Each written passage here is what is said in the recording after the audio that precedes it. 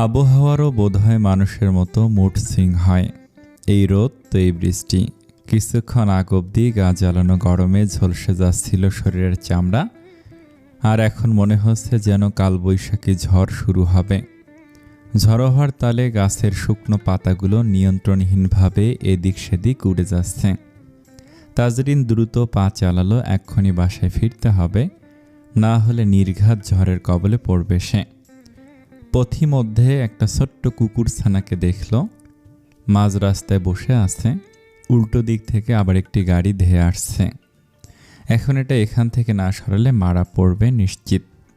সে আর কিছু না ভেবে দৌড়ে কুকুর ছানাটিকে কোলে তুলে রাস্তার ওই পারে নিয়ে এলো। সে ব্যস্ত হয়ে কুকুর ছানাটাকে চেক করছিল কোথাও লেগেছে কিনা। ঠিক তখনই কেউ তার হাত ধরে টান দিয়ে তাকে মিশিয়ে নিল তার সাথে। Are you crazy?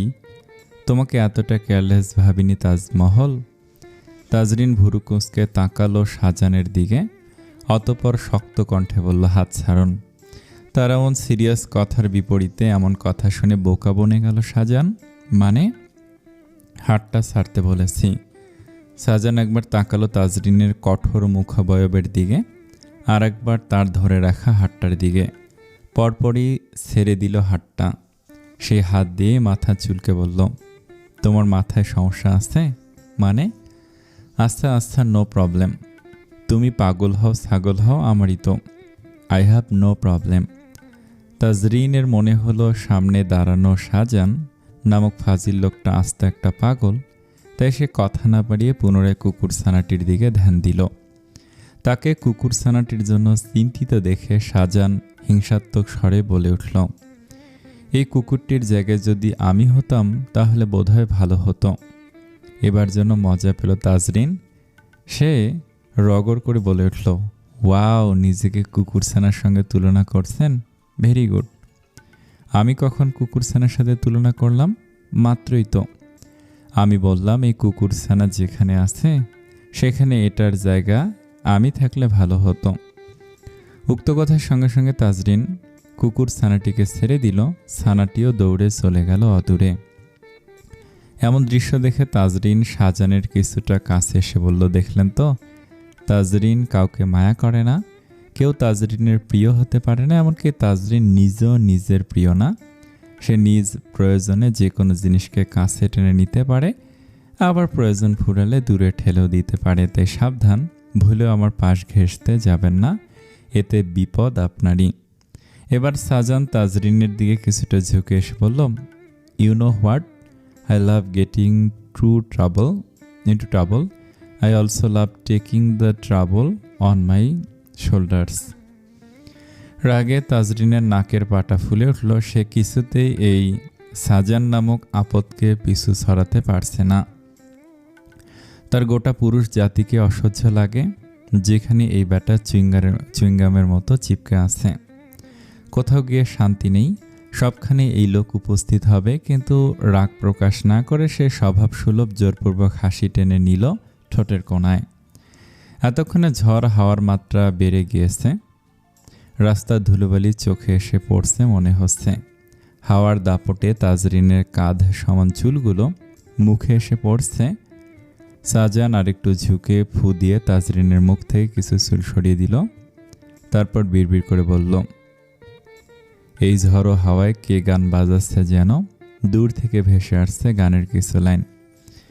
এটা গল্পকার, দেখো লিখেছে কে, ভুলে অন্ধকার, আলো শিখছে কে, কিছু আবদারের জানি নেই মানে, তোর সঙ্গে আজ আমাকে নে, এগিয়ে দে এগিয়ে দে, দু এক পা এগিয়ে দে, হাঁটতে চাই কয়েক পা তোর সাথে। হঠাৎ করে শাহজানের কড়া স্পর্শে আর বিড়বিড় করে বলা কথাগুলোয় তাজরিনের শরীরে যেন বিদ্যুৎ খেলে গেল। দমকা হওয়ার চারদিক যেমন উত্তাল সমুদ্রের ন্যায় উন্মাদ হয়ে আছে, তেমনি তাজরিনের হৃদয়ে কেমন যেন টিপ টিপ আওয়াজ মনে হচ্ছে। সাথে ভেসে আসা গানের লাইনগুলো যেন তাজরিনকে আরও কিছুটা এলোমেলো করে দিল। তাজরিন দ্রুত নিজেকে সংযত করে নিল। তার সব মন ভুলানো কথায় গা ভাসানো মানায় না। এসব কথায় ভুলবার বয়স সে অনেক আগেই পার করে এসেছে। সে এখন এই পুরুষ জাতিকে ঘৃণা করে, স্রেফ ঘৃণা করে। এদের মিষ্টি কথায় ভুলবার মতো বোকা মেয়েটি সে আর নেই। সে সশব্দে হেসে বলল, আপনার ফ্লার্টিং স্কিল নিঃসন্দেহে চমৎকার, কিন্তু অপাত্রে ফ্লার্ট করছেন। আমি এসব মিষ্টি কথায় ভুলছি না। খোদা হাফেজ বস। বলে সে উল্টো দিকে ঘুরে হাঁটা ধরল। সাজানো তার পকেটে হাত গুজে তার পিছু পিছু আসতে আসতে বলল, অ্যাটিটিউড ভালো ছিল, তবে তুমিও অপাত্রে অ্যাটিটিউড ঢাললে মাই কুইন। ফ্ল্যাট আমি করিনি, তাও নাম দিলে ফ্ল্যাটের। তাহলে এবার সত্যিকারের ফ্ল্যাট করে কি বলো? তাজরিন পাত্তা দিল না। সে নিজের মতো হেঁটে চলেছে। পিছন থেকে শাহজাহান চিৎকার করে বলল, শাহজাহান মমতাজের জন্য তাজমহল বানিয়েছিল, তবে মমতাজ কিন্তু সেটা দেখতে পারেনি। আমি তোমার জন্য তেমন কিছু করব না my queen, because you are my Taj Mahal. তুমি গোটা মানুষটাই আমার তাজমহল। আমি শাহজাহানের মতো করে কোনো মমতাজকে ভালোবাসতে পারবো না, তবে জোর গলায় বলতে পারবো আমার একটা আস্ত ভালোবাসার তাজমহল আছে। তাজরিন এবার পিছু ফিরে বলল, আপনি এক্ষুনি নিজের বাসায় না গেলে আমি রাস্তায় পড়ে থাকা ইট দিয়ে আপনার মাথা ফাটাবো। আপনার জন্য এই শাহজাহানের জান কুরবান মহারানী। মাথা তো সামান্য জিনিস। আমি কিন্তু ভয়ঙ্কর গালি জানি, সেগুলো প্রয়োগ করলে নিজের জান নিয়ে বাপ বাপ করে পালাবেন। তাহলে তো তোমাকে নিয়েই পালাতে হবে। তাজরিন নিজের কপাল চাপড়ে ভাবল, কি পাপ করেছিল যে এ আস্ত আপদ তার পিছু ছাড়ছে না। সামনে রিক্সা দেখতে পেয়ে সে কোনো রকম দরদাম না করে রিক্সায় উঠে পড়ল। অন্তত এই আপদ থেকে তো কিছুক্ষণের জন্য হলেও মুক্তি মিলবে তার। তাজরিনের যাওয়ার পানে তাকিয়ে শাহজাহান চিৎকার করে বলল, পালাচ্ছ নাকি তাজমহল? তাজরিন রিক্সার কোণা ধরে কিছুটা ঝুঁকে পিছনে তাকিয়ে বলল, তাজরিন পালায় না, বরং তার থেকে মানুষকে পালিয়ে যেতে বাধ্য করে। কিন্তু আমি তো দেখছি তুমি পালিয়ে যাচ্ছ। এখন সময় নিয়ে আপনার আজাইরা প্যাচাল শোনার, তাই বাসায় যাচ্ছি, তবে পালাচ্ছি না। ঠোঁট বাঁকিয়ে বাঁকা হাসল শাহজাহান। পর মুহূর্তে স্বভাবসুলভভাবেই গুনগুনিয়ে উঠল, বৈশাখী ঝড়েতে আমাদের ঘরেতে হয়েছিল সেই যে দেখা, তখন থেকেই যেন আনমনা মন, আর উঠান লাগে শুধু ব্যাকা। রেস্টুরেন্টে বসে ইতস্তত করছে আনভিশা। তার প্রচুর অস্বস্তি হচ্ছে এই পরিবেশে এভাবে বসে থাকতে। সে একবার নিজের দিকে তাকাচ্ছে তো আরেকবার আশেপাশের মানুষদের দিকে। সে কখনোই নিজেকে রূপবতী গুণবতী আখ্যা দেয়নি, নিজেকে ছোট করে জন্মও দেখেনি। কিন্তু যখন তার থেকে জীবনের সাথে সিহান ফান নামক মানুষটার নাম জুড়ে গিয়েছে, তখন থেকে তার মধ্যে বারংবার নিজেকে নিয়ে সংশয় কাজ করছে। সে কি আদৌ এই মানুষটার যোগ্য? তার তো কোনো দিক দিয়ে নিজেকে মানুষটার যোগ্য মনে হচ্ছে না। কি হলো, কি খাবেন? অর্ডার দিচ্ছে না কেন? আকস্মিক প্রশ্নে সে বেরিয়ে এলো ভাবনা থেকে। তখন গাড়িতে করে তাকে এই রেস্টুরেন্টে নিয়ে এসেছে সিহান ফ্যান নামক লোকটা, যে এখন ধর্মীয় ও আইনগতভাবে তার স্বামী। রেস্টুরেন্ট দেখে সে ভিতরে আসতে চায়নি, তবে লোকটা তার দিকে তীক্ষ্ণ দৃষ্টিতে তাকানোর পর ওই দৃষ্টির বিপরীতে আর বারণ করার সাহসটুকু তার হয়ে ওঠেনি। অগত্যা বাধ্য হয়ে এখানে বসতে হলো তাকে। পরপরই বাহিরের প্রকৃতিও নিজের ঝলসানো রূপ বদলিয়ে ঝড়ের রূপ ধারণ করেছে। লোকটা এই নিয়ে বোধহয় 5 বার তাকে একই প্রশ্ন করেছে। সে বারবার বলেছে সে কিছু খাবে না, তবু লোকটা প্রশ্ন করেই যাচ্ছে। সে আবার বলতে নিল, আমি কিছু খাবো না। তাকে থামিয়ে দিয়ে লোকটা গম্ভীর স্বরে বলল, আমি জিজ্ঞেস করেছি কি খাবেন, খাবেন কি না সেটা জিজ্ঞেস করিনি। আচ্ছা ছাড়েন, আমি অর্ডার দিচ্ছি, আপনাকে বলতে হবে না। পরপরই গলা ছেড়ে ওয়েটারকে ডাক দিল সিয়ান। ওয়েটার, জি স্যার, 2 প্লেট খিচুড়ি দিবেন, এখানে সাথে ইলিশ মাছ ভাজা আর গরুর মাংস। আনভিশা অবাক হয়ে গেল, এত বড় রেস্টুরেন্টে এগুলো পাওয়া যায়? পরক্ষণে ভাবলো এখনকার যুগে সবই স্বাভাবিক ব্যাপার, তো এসব নিয়ে না ভাবাই ভালো। আপনি দেখি ভাবনার রানী, যখনই দেখি ভাবনায় ডুবে থাকেন, তা কি এত ভাবেন? কোথায়, কিছু তো ভাবিনি। আমাকে নিয়ে ভাবলে বলে ফেলতে পারেন, আমি কিছুই মনে করব না। আনভিশা অপ্রস্তুত হয়ে চুপ করে গেল। তাদের সম্পর্কটা এখন অতটাও স্বাভাবিক না যে এভাবে সহজভাবে কথা বলবে। কোথাও যেন জড়তা থেকেই যায়। সিহান এবার সিরিয়াসে জিজ্ঞেস করল, আম্মুর সাথে কথা বলেছেন? আপনার আম্মু? আনভিশাকে থামিয়ে দিয়ে সিহান বলল, আমি আপনার আম্মুর কথা বলছি। আনভিশা অবাক হলো কিছুটা। তার আম্মুকে কি সহজভাবেই না আম্মু ডেকে যাচ্ছে লোকটা, অথচ সে এসব কিছুর সাথে সহজ হতে পারছে না। সে জিভ দিয়ে ঠোঁট ভিজিয়ে বলল, না, আম্মুর সাথে এখনো কথা হয়নি। দেখুন, রাগ হোক, অভিমান হোক, কষ্ট হোক, আপনি আমাকে বলতে পারেন, তবে আম্মুর বয়স হচ্ছে, আম্মুর সাথে এমন বাচ্চামো করবেন না, তিনি কষ্ট পাবেন। জানেন তো, মা বাবা যা করেন সন্তানদের ভালোর জন্যই করেন। বিপরীতে আনভিশা সুবোধ বালিকার ন্যায় মাথা নাড়ালো। তাদের কথোপকথনের মাঝেই ওয়েটার খাবার নিয়ে এলো। সব খাবার রেখে ওয়েটার চলে যেতেই সিহান শুভ্র রঙা পাঞ্জাবির হাতা গুটাতে গুটাতে বলল, নিন, খাওয়া শুরু করুন। আনভিশা ইতস্তত করে বলল, আসলে আমার একটু ফ্রেশ হওয়া দরকার ছিল। সিহানের নিজেকে থাপ্পড় দিতে মন চাইল। প্রথমেই তার দরকার ছিল আনভিশাকে ফ্রেশ করিয়ে আনা। সে কেমন হাজব্যান্ড হলো যে কিনা স্ত্রীর অস্বস্তি বুঝতে পারছে না। মনে মনে নিজেকে নিজেই ধিক্কার দিল। পরপরেই আনভিশাকে নিয়ে গেল ওয়াশরুমের সামনে। সে বাইরে দাঁড়িয়ে বলল, আমি এখানে আছি, আপনি ফ্রেশ হয়ে আসুন। ধন্যবাদ। আনভিশা কিছুক্ষণ পর বের হলো। আনভিশাকে নিয়ে পুনরায় আগের জায়গায় বসলো। সিহান জিজ্ঞেস করলো, ইলিশ মাছের কাঁটা বাছতে পারেন? আনভিশা সহজ গলে বলল, জি। আমি কিন্তু পারি না। আনভিশা অবাক হয়ে জিজ্ঞেস করলো, তাহলে ইলিশ মাছ অর্ডার দিলেন কেন? আপনি কাঁটা বেছে দিবেন বলে। আনভিশা বিস্ময়কর দৃষ্টিতে তাকিয়ে রইল। লোকটা কত সহজ গলায় কথা বলছে, যেন তারা কত বছর যাবত সংসার করছে একে অপরের সাথে। তার তাকিয়ে থাকা দেখে সিহান ফের প্রশ্ন করল, কি হলো বিবিজান, দিবেন না কাঁটা বেছে? আনভিশা দৃষ্টি ঘুরিয়ে বলল, জি দিচ্ছি, প্লেট এগিয়ে দিন। সিহানও নিজের প্লেট আনভিশার দিকে বাড়িয়ে দিল। আনভিশার যত্ন নিয়ে মাছের কাঁটা বেছে দিতে লাগলো, আর সিহান ফান এক দৃষ্টিতে পরখ করতে লাগলো নিজের অর্ধাঙ্গিনীতে। রোশনি ঝুম বৃষ্টিতে ভিজে ভিজে হাঁটছে। তার এক হাতে পায়ের জুতো জোড়া আর অন্য হাতে পার্স ব্যাগ। বৃষ্টির পানির ঝাপটায় বারবার ঝাপসা হয়ে আসছে চশমার কাঁচ। তার চোখ দিয়ে বইছে বাড়িধারা। কি পাষাণ লোক তার স্বামী হয়েছে তা সে এখন হাড়ে হাড়ে টের পাচ্ছে। হসপিটাল থেকে বেরিয়ে আসার সময় বাইরে প্রচণ্ড বৃষ্টি। লোকটা উবার বুক করে তার বাবাকে নিয়ে একাই চলে গিয়েছে। একবারও রোশনিকে জিজ্ঞেস অবধি করলো না এই বৃষ্টিতে সে কিভাবে যাবে। হসপিটালের ত্রিসীমানাতেও কোনো যানবাহনের দেখা মেলেনি, তাও পাষাণ লোকটা এই বৃষ্টিতে তাকে একা রেখে চলে গিয়েছে। মিস্টার জসিম অবাধ্য। অবশ্য বেশ কয়েকবার রোশনিকে অনুরোধ করেছিলেন তাদের সাথে যাওয়ার জন্য। এই বৃষ্টিতে কিভাবে যাবে ভেবে চিন্তিতও হচ্ছিলেন।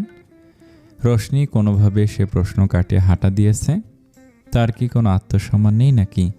এই জিদান নামক ঘাটতারা মানুষটা তাকে এত বড় অপমান করার পর, স্পেশালি হসপিটালও অমন কথা বলার পর সে কিভাবে বেহায়ার মতো তাদের সাথে যাবে? যাবে না সে। দরকার হলে এই রাস্তায় বৃষ্টিতে পড়ে মরে থাকবে, তাও যাবে না। লোকটা তো তাকে সাধেওনি একবার। তার বুকের ভিতর ভীষণ যন্ত্রণা হচ্ছে। হৃদয় ভেঙে চৌচির হয়ে যাচ্ছে মনে হচ্ছে। মানুষের অবহেলা, ইগনোর এতই পীড়াদায়ক কেন? সে নরম মনের বলে কি পাষাণ লোকটা এত সহজে তার মনের দরজায় কড়া নাড়তে পেরেছে? ইস, সে কেন আনভিশা আর তাজনিনের মতো শক্ত মনের হতে পারল না? তাহলে তো এত সহজে দুর্বল হতো না তার হৃদয়। হাজারো ভাবনার মাঝে এই ঝুম বৃষ্টিতে ভিজে ভিজে সে পায়ে হেঁটে আধা ঘন্টার রাস্তা পাড়ি দিল। আর হাঁটতে পারছে না, পায়ে খুব ব্যথা হচ্ছে, মনে হচ্ছে পা অবশ হয়ে যাচ্ছে। সে বসে পড়ল রাস্তার কিনারে। হাতে থাকা জুতা আর পার্সটা পাশে রেখে দিল। তারপর চশমাটা চোখ থেকে খুলে কোলের উপর রেখে দু হাতে মুখ ঢেকে ডুকরে কেঁদে উঠল। ভালোবাসা তো যন্ত্রণার কেন? এত সহজেই কি কাউকে ভালোবেসে ফেলা যায়? যায় হয়তো, তাই তো সে বোকার মতো এক পাষাণ পুরুষকে ভালোবেসে ফেলল। ভালোবাসার মানুষের অবহেলা তো বিষাক্ত কেন? জিদানের এমন ইগনোর, ডোন্ট কেয়ার ভাব বিষাক্ত তীরের ফলার মতো বিঁধেছে রোশনির হৃদয়ে। তাকে জিদান টের পাচ্ছে, সে তো মেনে নিয়েছিল ভাগ্য। তবুও কেন আজ তার হৃদয়টাকে কথার বাণে ক্ষতবিক্ষত করা হলো? কান্নার মাঝেই তার অনুভব হলো তার উপর বৃষ্টি পড়ছে না। সে মুখ থেকে হাত নামিয়ে সামনে তাকালো, তবে সব ঝাপসা অন্ধকার ঠেকল তার কাছে। চশমার কথা খেয়াল হতেই সে কোলের ওপর থেকে চশমাটা নিয়ে হাত দিয়ে চশমার কাঁচের ওপর জমে থাকা পানি কিছুটা পরিষ্কার করে চোখে পড়ে নিল চশমাটা। এরপর মাথা তুলে উপরে তাকাতে দেখতে পেল তার হৃদয়ে ঝড় তোলা পাষাণ মানবটাকে, যে কিনা তার মাথার ওপর ছাতা ধরে দাঁড়িয়ে আছে। রোশনি চশমাটা খুলে দু হাতে চোখ কষলে আবার পরে নিল। এটা তার ভ্রম নাকি সত্যি সে বুঝতে পারছে না। জিদান বিরক্ত হয়ে বলল, এখানে বসে থাকবে নাকি উঠে আসবে? রোশনিও এখনও অবাক, কান্নার দাপটে তার চোখ মুখ লাল হয়ে ফুলে গিয়েছে। চশমা ভেদ করে সেই ফোলা ফোলা অক্ষি যুগল দেখে জিদান যেন খানিকটা থমকালো, পরক্ষণেই ফিরে এলো নিঃসত্তায়। রোশনির অবাক হয়ে তাকিয়ে থাকার মধ্যেই জিদান একটু ঝুঁকে একটা হাত বাড়িয়ে দিল রোশনির দিকে। সেই হাতের দিকে চোখ দিয়ে ইশারা করে মুখে বলল, উঠে এসো। সে হাতের দিকে অবাক চোখে খানিকক্ষণ তাকিয়ে থাকার পর যখন রোশনির বোধগম্য হলো জিদান সত্যি এসেছে, তখন বালিকার মনের অভিমানেরা মাথার চারা দিয়ে উঠল। এই অভিমান কেউ দেখবে না। সে জানে সামনে দাঁড়ানো মানুষটা তার অভিমানকে 2 পয়সার দামও দেবে না। কিন্তু তারও তো আত্মসম্মান বলে একটা জিনিস আছে। সে চায় না এমন মানুষের হাত ধরতে, যে কিনা খানিকক্ষণ আগেই এই ঝড় বৃষ্টির ভেতর তাকে একা ছেড়ে দিল। একবার ভাবলো না সে কিভাবে এই বৃষ্টিতে বাড়ি ফিরবে। একবার তার চিন্তাটাও যে করেনি, তার হাত ধরা বোধহয় শোভা পায় না। তাছাড়াও সব কিছুই বিপরীতে একটা কট্টর সত্য হলো, সে ভীষণ অভিমান করেছে এই মানুষটার ওপর। অভিমান করা স্বভাব না পেলেও সে করেছে। এটা বাচ্চামো হলে হোক, কিছু কিছু অভিমান বোধহয় শুভ অশুভ চিন্তা করে আসে না, তারা আসে মেঘের বেশে। আবার প্রিয় মানুষের থেকে একটু গুরুত্ব, একটু যত্ন আর ভালোবাসা পেলেই তারা নিজ মনের বৃষ্টি হয়ে ঝরে গিয়ে একদম মেঘমুক্ত আকাশের মতো ঝকঝকা হয়ে যায়। রোশনি চোখের চশমাটা আরেকটু ঠিক করে ডান হাত দিয়ে নাক ঢেকে কান্না গিলে অতি কষ্টে বলল, আমি যে যেতে পারবো একাই। রোশনির এহেন উত্তরে বিপরীতে জিদান বিরক্তি মাখা দৃষ্টি নিক্ষেপ করল ওর পানে। অতঃপর বিরক্তির সহিত খিটখিটে ভাবে বলল, যেতে পারবে, তবে যাওনি কেন? এখানে এই বৃষ্টিতে একা একা বসে থেকে কি বোঝাতে চাচ্ছ? আর যেন কোনো জাদু বলে রোশনির ভেতর অসীম সাহসের সঞ্চার হয়েছে। জিদানের এহেন প্রশ্নের বিপরীতেও সে চট করে জবাব বলল, যায়নি, আমার ইচ্ছে হয়েছে বৃষ্টিতে ভিজতে, তাই ভিজছি। এতে করে অন্য কারো সমস্যা থাকার কথা না। আর আমি কাউকে কিছু বোঝাতে চাচ্ছি না। মানুষের যদি বোঝার অভিপ্রায় থাকে তবে আলাদা করে বোঝানোর প্রয়োজন পড়ে না। আর নিজ মনে কথা বানিয়ে চট করে বলে দিলে সেটাই সত্যি হয়ে যায় না। ব্যাস, জিদানের মতো রাগী মানুষের জন্য এমন চট করে জবাবই যথেষ্ট ছিল রাগ দ্বিগুণ করে দেওয়ার জন্য। তবুও সে নিজের রাগকে খানিকটা সংযত করার প্রয়াস করল। কতটুকু সফল হলো কে জানে। সামনের মেয়েটাকে জব্দ করার প্রয়াসে সে বলল, তাহলে কাঁদছিলে কেন? নাকি এখন বলবে আমার চোখের পানি আমি ঝরাচ্ছি, তাতে আপনার কি? এহেন প্রশ্নের বিপরীতে রোশনির আর কোনো কথাই বলতে ইচ্ছে হলো না। এমন অসভ্য লোকের সাথে সে কেবল কয়েক সেকেন্ডের জন্য নিজের অভিমানী দৃষ্টি জোড়া সামনে দাঁড়ানো পাষাণ মানবটির অক্ষি যুগলে তাক করল। খানিকক্ষণের জন্য দৃষ্টিতে দৃষ্টি মিলল বোধ হয়। পর মুহূর্তে নজর ফিরিয়ে উঠে দাঁড়ালো রোশনি। পাশ থেকে পার্স আর জুতা জোড়া তুলে হাতে নিয়ে অভিমানী কন্যা কোনো রূপ প্রত্যুত্তর বিনা হাঁটা ধরল প্রস্থান করার নিমিত্তে। আর রুক্ষভাষী মানবটা কেবল তাকে চোখে দেখে গেল অভিমানী কন্যার প্রস্থান। এক পর্যায়ে মনে হলো মেয়েটাকে একাই বৃষ্টির মধ্যে ছেড়ে দেওয়া উচিত হবে না। আবার মেয়েটির প্রস্থানে বাধা দিতেও ইচ্ছে হলো না। বিধায় হাতে থাকা ছাতাটা বন্ধ করে তীব্র বর্ষণে নিজেকে সিক্ত করতে করতে সেও ধীর কদমে অভিমানী কন্যার পিছু পিছু হেঁটে গেল। সামনে শুক্রবার ফিরে আসছেন। আনভিশা এক মনে গাড়ির জানালার কাঁচ দিয়ে গড়িয়ে পড়া বৃষ্টির ফোঁটাগুলোকে দেখছিল। কিছুক্ষণ আগেই তারা খাওয়া দাওয়ার পর্ব সেরে রেস্টুরেন্ট থেকে বের হয়েছে। এখন বাসার পথে রওনা হয়েছে। বৃষ্টির জন্য বারবার গাড়ির সামনের কাঁচ ঝাপসা হয়ে আসছিল। সিহান ওয়াইপার দিয়ে কাঁচটাকে পরিষ্কার করলেও সেটি পুনরায় সিক্ত হয়ে যাচ্ছিল। তাই দুর্ঘটনা এড়াতে গাড়ির স্পিড কমিয়ে ধীরে চালাচ্ছে। আনভিশার অবশ্য মন্দ লাগছে না পরিবেশটা। সে বাইরে তাকিয়ে বৃষ্টি উপভোগ করছিল। সিহানের প্রশ্নে তার দিকে ফিরে তাকিয়ে বলল, জি, কিছু বলবেন? সামনে দৃষ্টি রেখে সিহান পুনরায় বলল, শুক্রবারে ফিরে আসছেন? আনভিশা খানিকক্ষণ ভেবে বলল, হুম, ফিরে আসি বলতে পারেন। কাজ থাকলেও সেটা তেমন কোনো গুরুত্বপূর্ণ কাজ না। কিন্তু কেন? আম্মু আপনাকে দেখতে চাচ্ছিল। আন্টি? জি। আচ্ছা, শুক্রবারে যেতে পারবেন না? কোথায়? কোথায় আবার? আপনার শ্বশুরবাড়িতে। এমন উত্তর শুনে আনভিশা অপ্রস্তুত হয়ে ফের শুধালো, মানে? আপনি দেখছি শ্বশুরবাড়ি মানে বুঝছেন না বিবিজান। না মানে আমি তেমন বলিনি। তাহলে কেমন বলেছেন? আপনি বড্ড বাচাল। ভিপি মশাই? ভিপি মশাই নামটা কর্ণপাত হওয়ার সাথে সাথে ব্রেক কষল সিহান। আনভিশার দিকে তাকিয়ে ভুরু কুঁচকে শুধালো, হোয়াট? হুট করে ব্রেক কষা চমকে উঠল। পরক্ষণে নিজেকে সামলে নিয়ে প্রত্যুত্তর করল, বললাম আপনি বাচাল। কি বলে সম্বোধন করলেন? ভিপি মশাই। সিহান গাল ফুলিয়ে বড় করে শ্বাস নিয়ে এদিক ওদিক তাকালো। এরপর বোঝানোর ভঙ্গিতে বলল, লিসেন, এসব উইয়ার্ড নামে আমাকে ডাকবেন না। Actually I don't like names like that. Anvisha যেন মজা পেল, তবে অবাধ্যতা করলো না। ভেবে রাখলো অর্ধাঙ্গকে রাগানোর জন্য সে ওই নামটাই প্রয়োগ করবে। আপাতত ডাকবে না ওই নামে। ওকে, কিন্তু আপনার সিহান নামটা আমার পছন্দ না। এমন কথা শুনে সিহানের ঠোঁটের কোণে খানিকটা মুচকি হাসির দেখা মিলল। সে আনভিশার দিকে একটু ঝুঁকে এসে আনভিশার চোখের দিকে তাকে স্লো ভয়েসে বলল, ওকে বিবিজান, তাহলে বাকিদের জন্য আমি সিহান, আর শুধুমাত্র আপনার জন্যই আমি ফান। আনভিশা আবারও অপ্রস্তুত হয়ে পড়ল। অপ্রস্তুত ভাব কাটাতে সে বলল, সে যাই হোক, আপনি যে বাচাল সেটা তো চেঞ্জ হয়ে যাবে না? সেটা শুধু আপনার জন্যই। এর বিপরীতে আর কোনো কথা বলা সমীচীন মনে হলো না আনভিশার নিকট।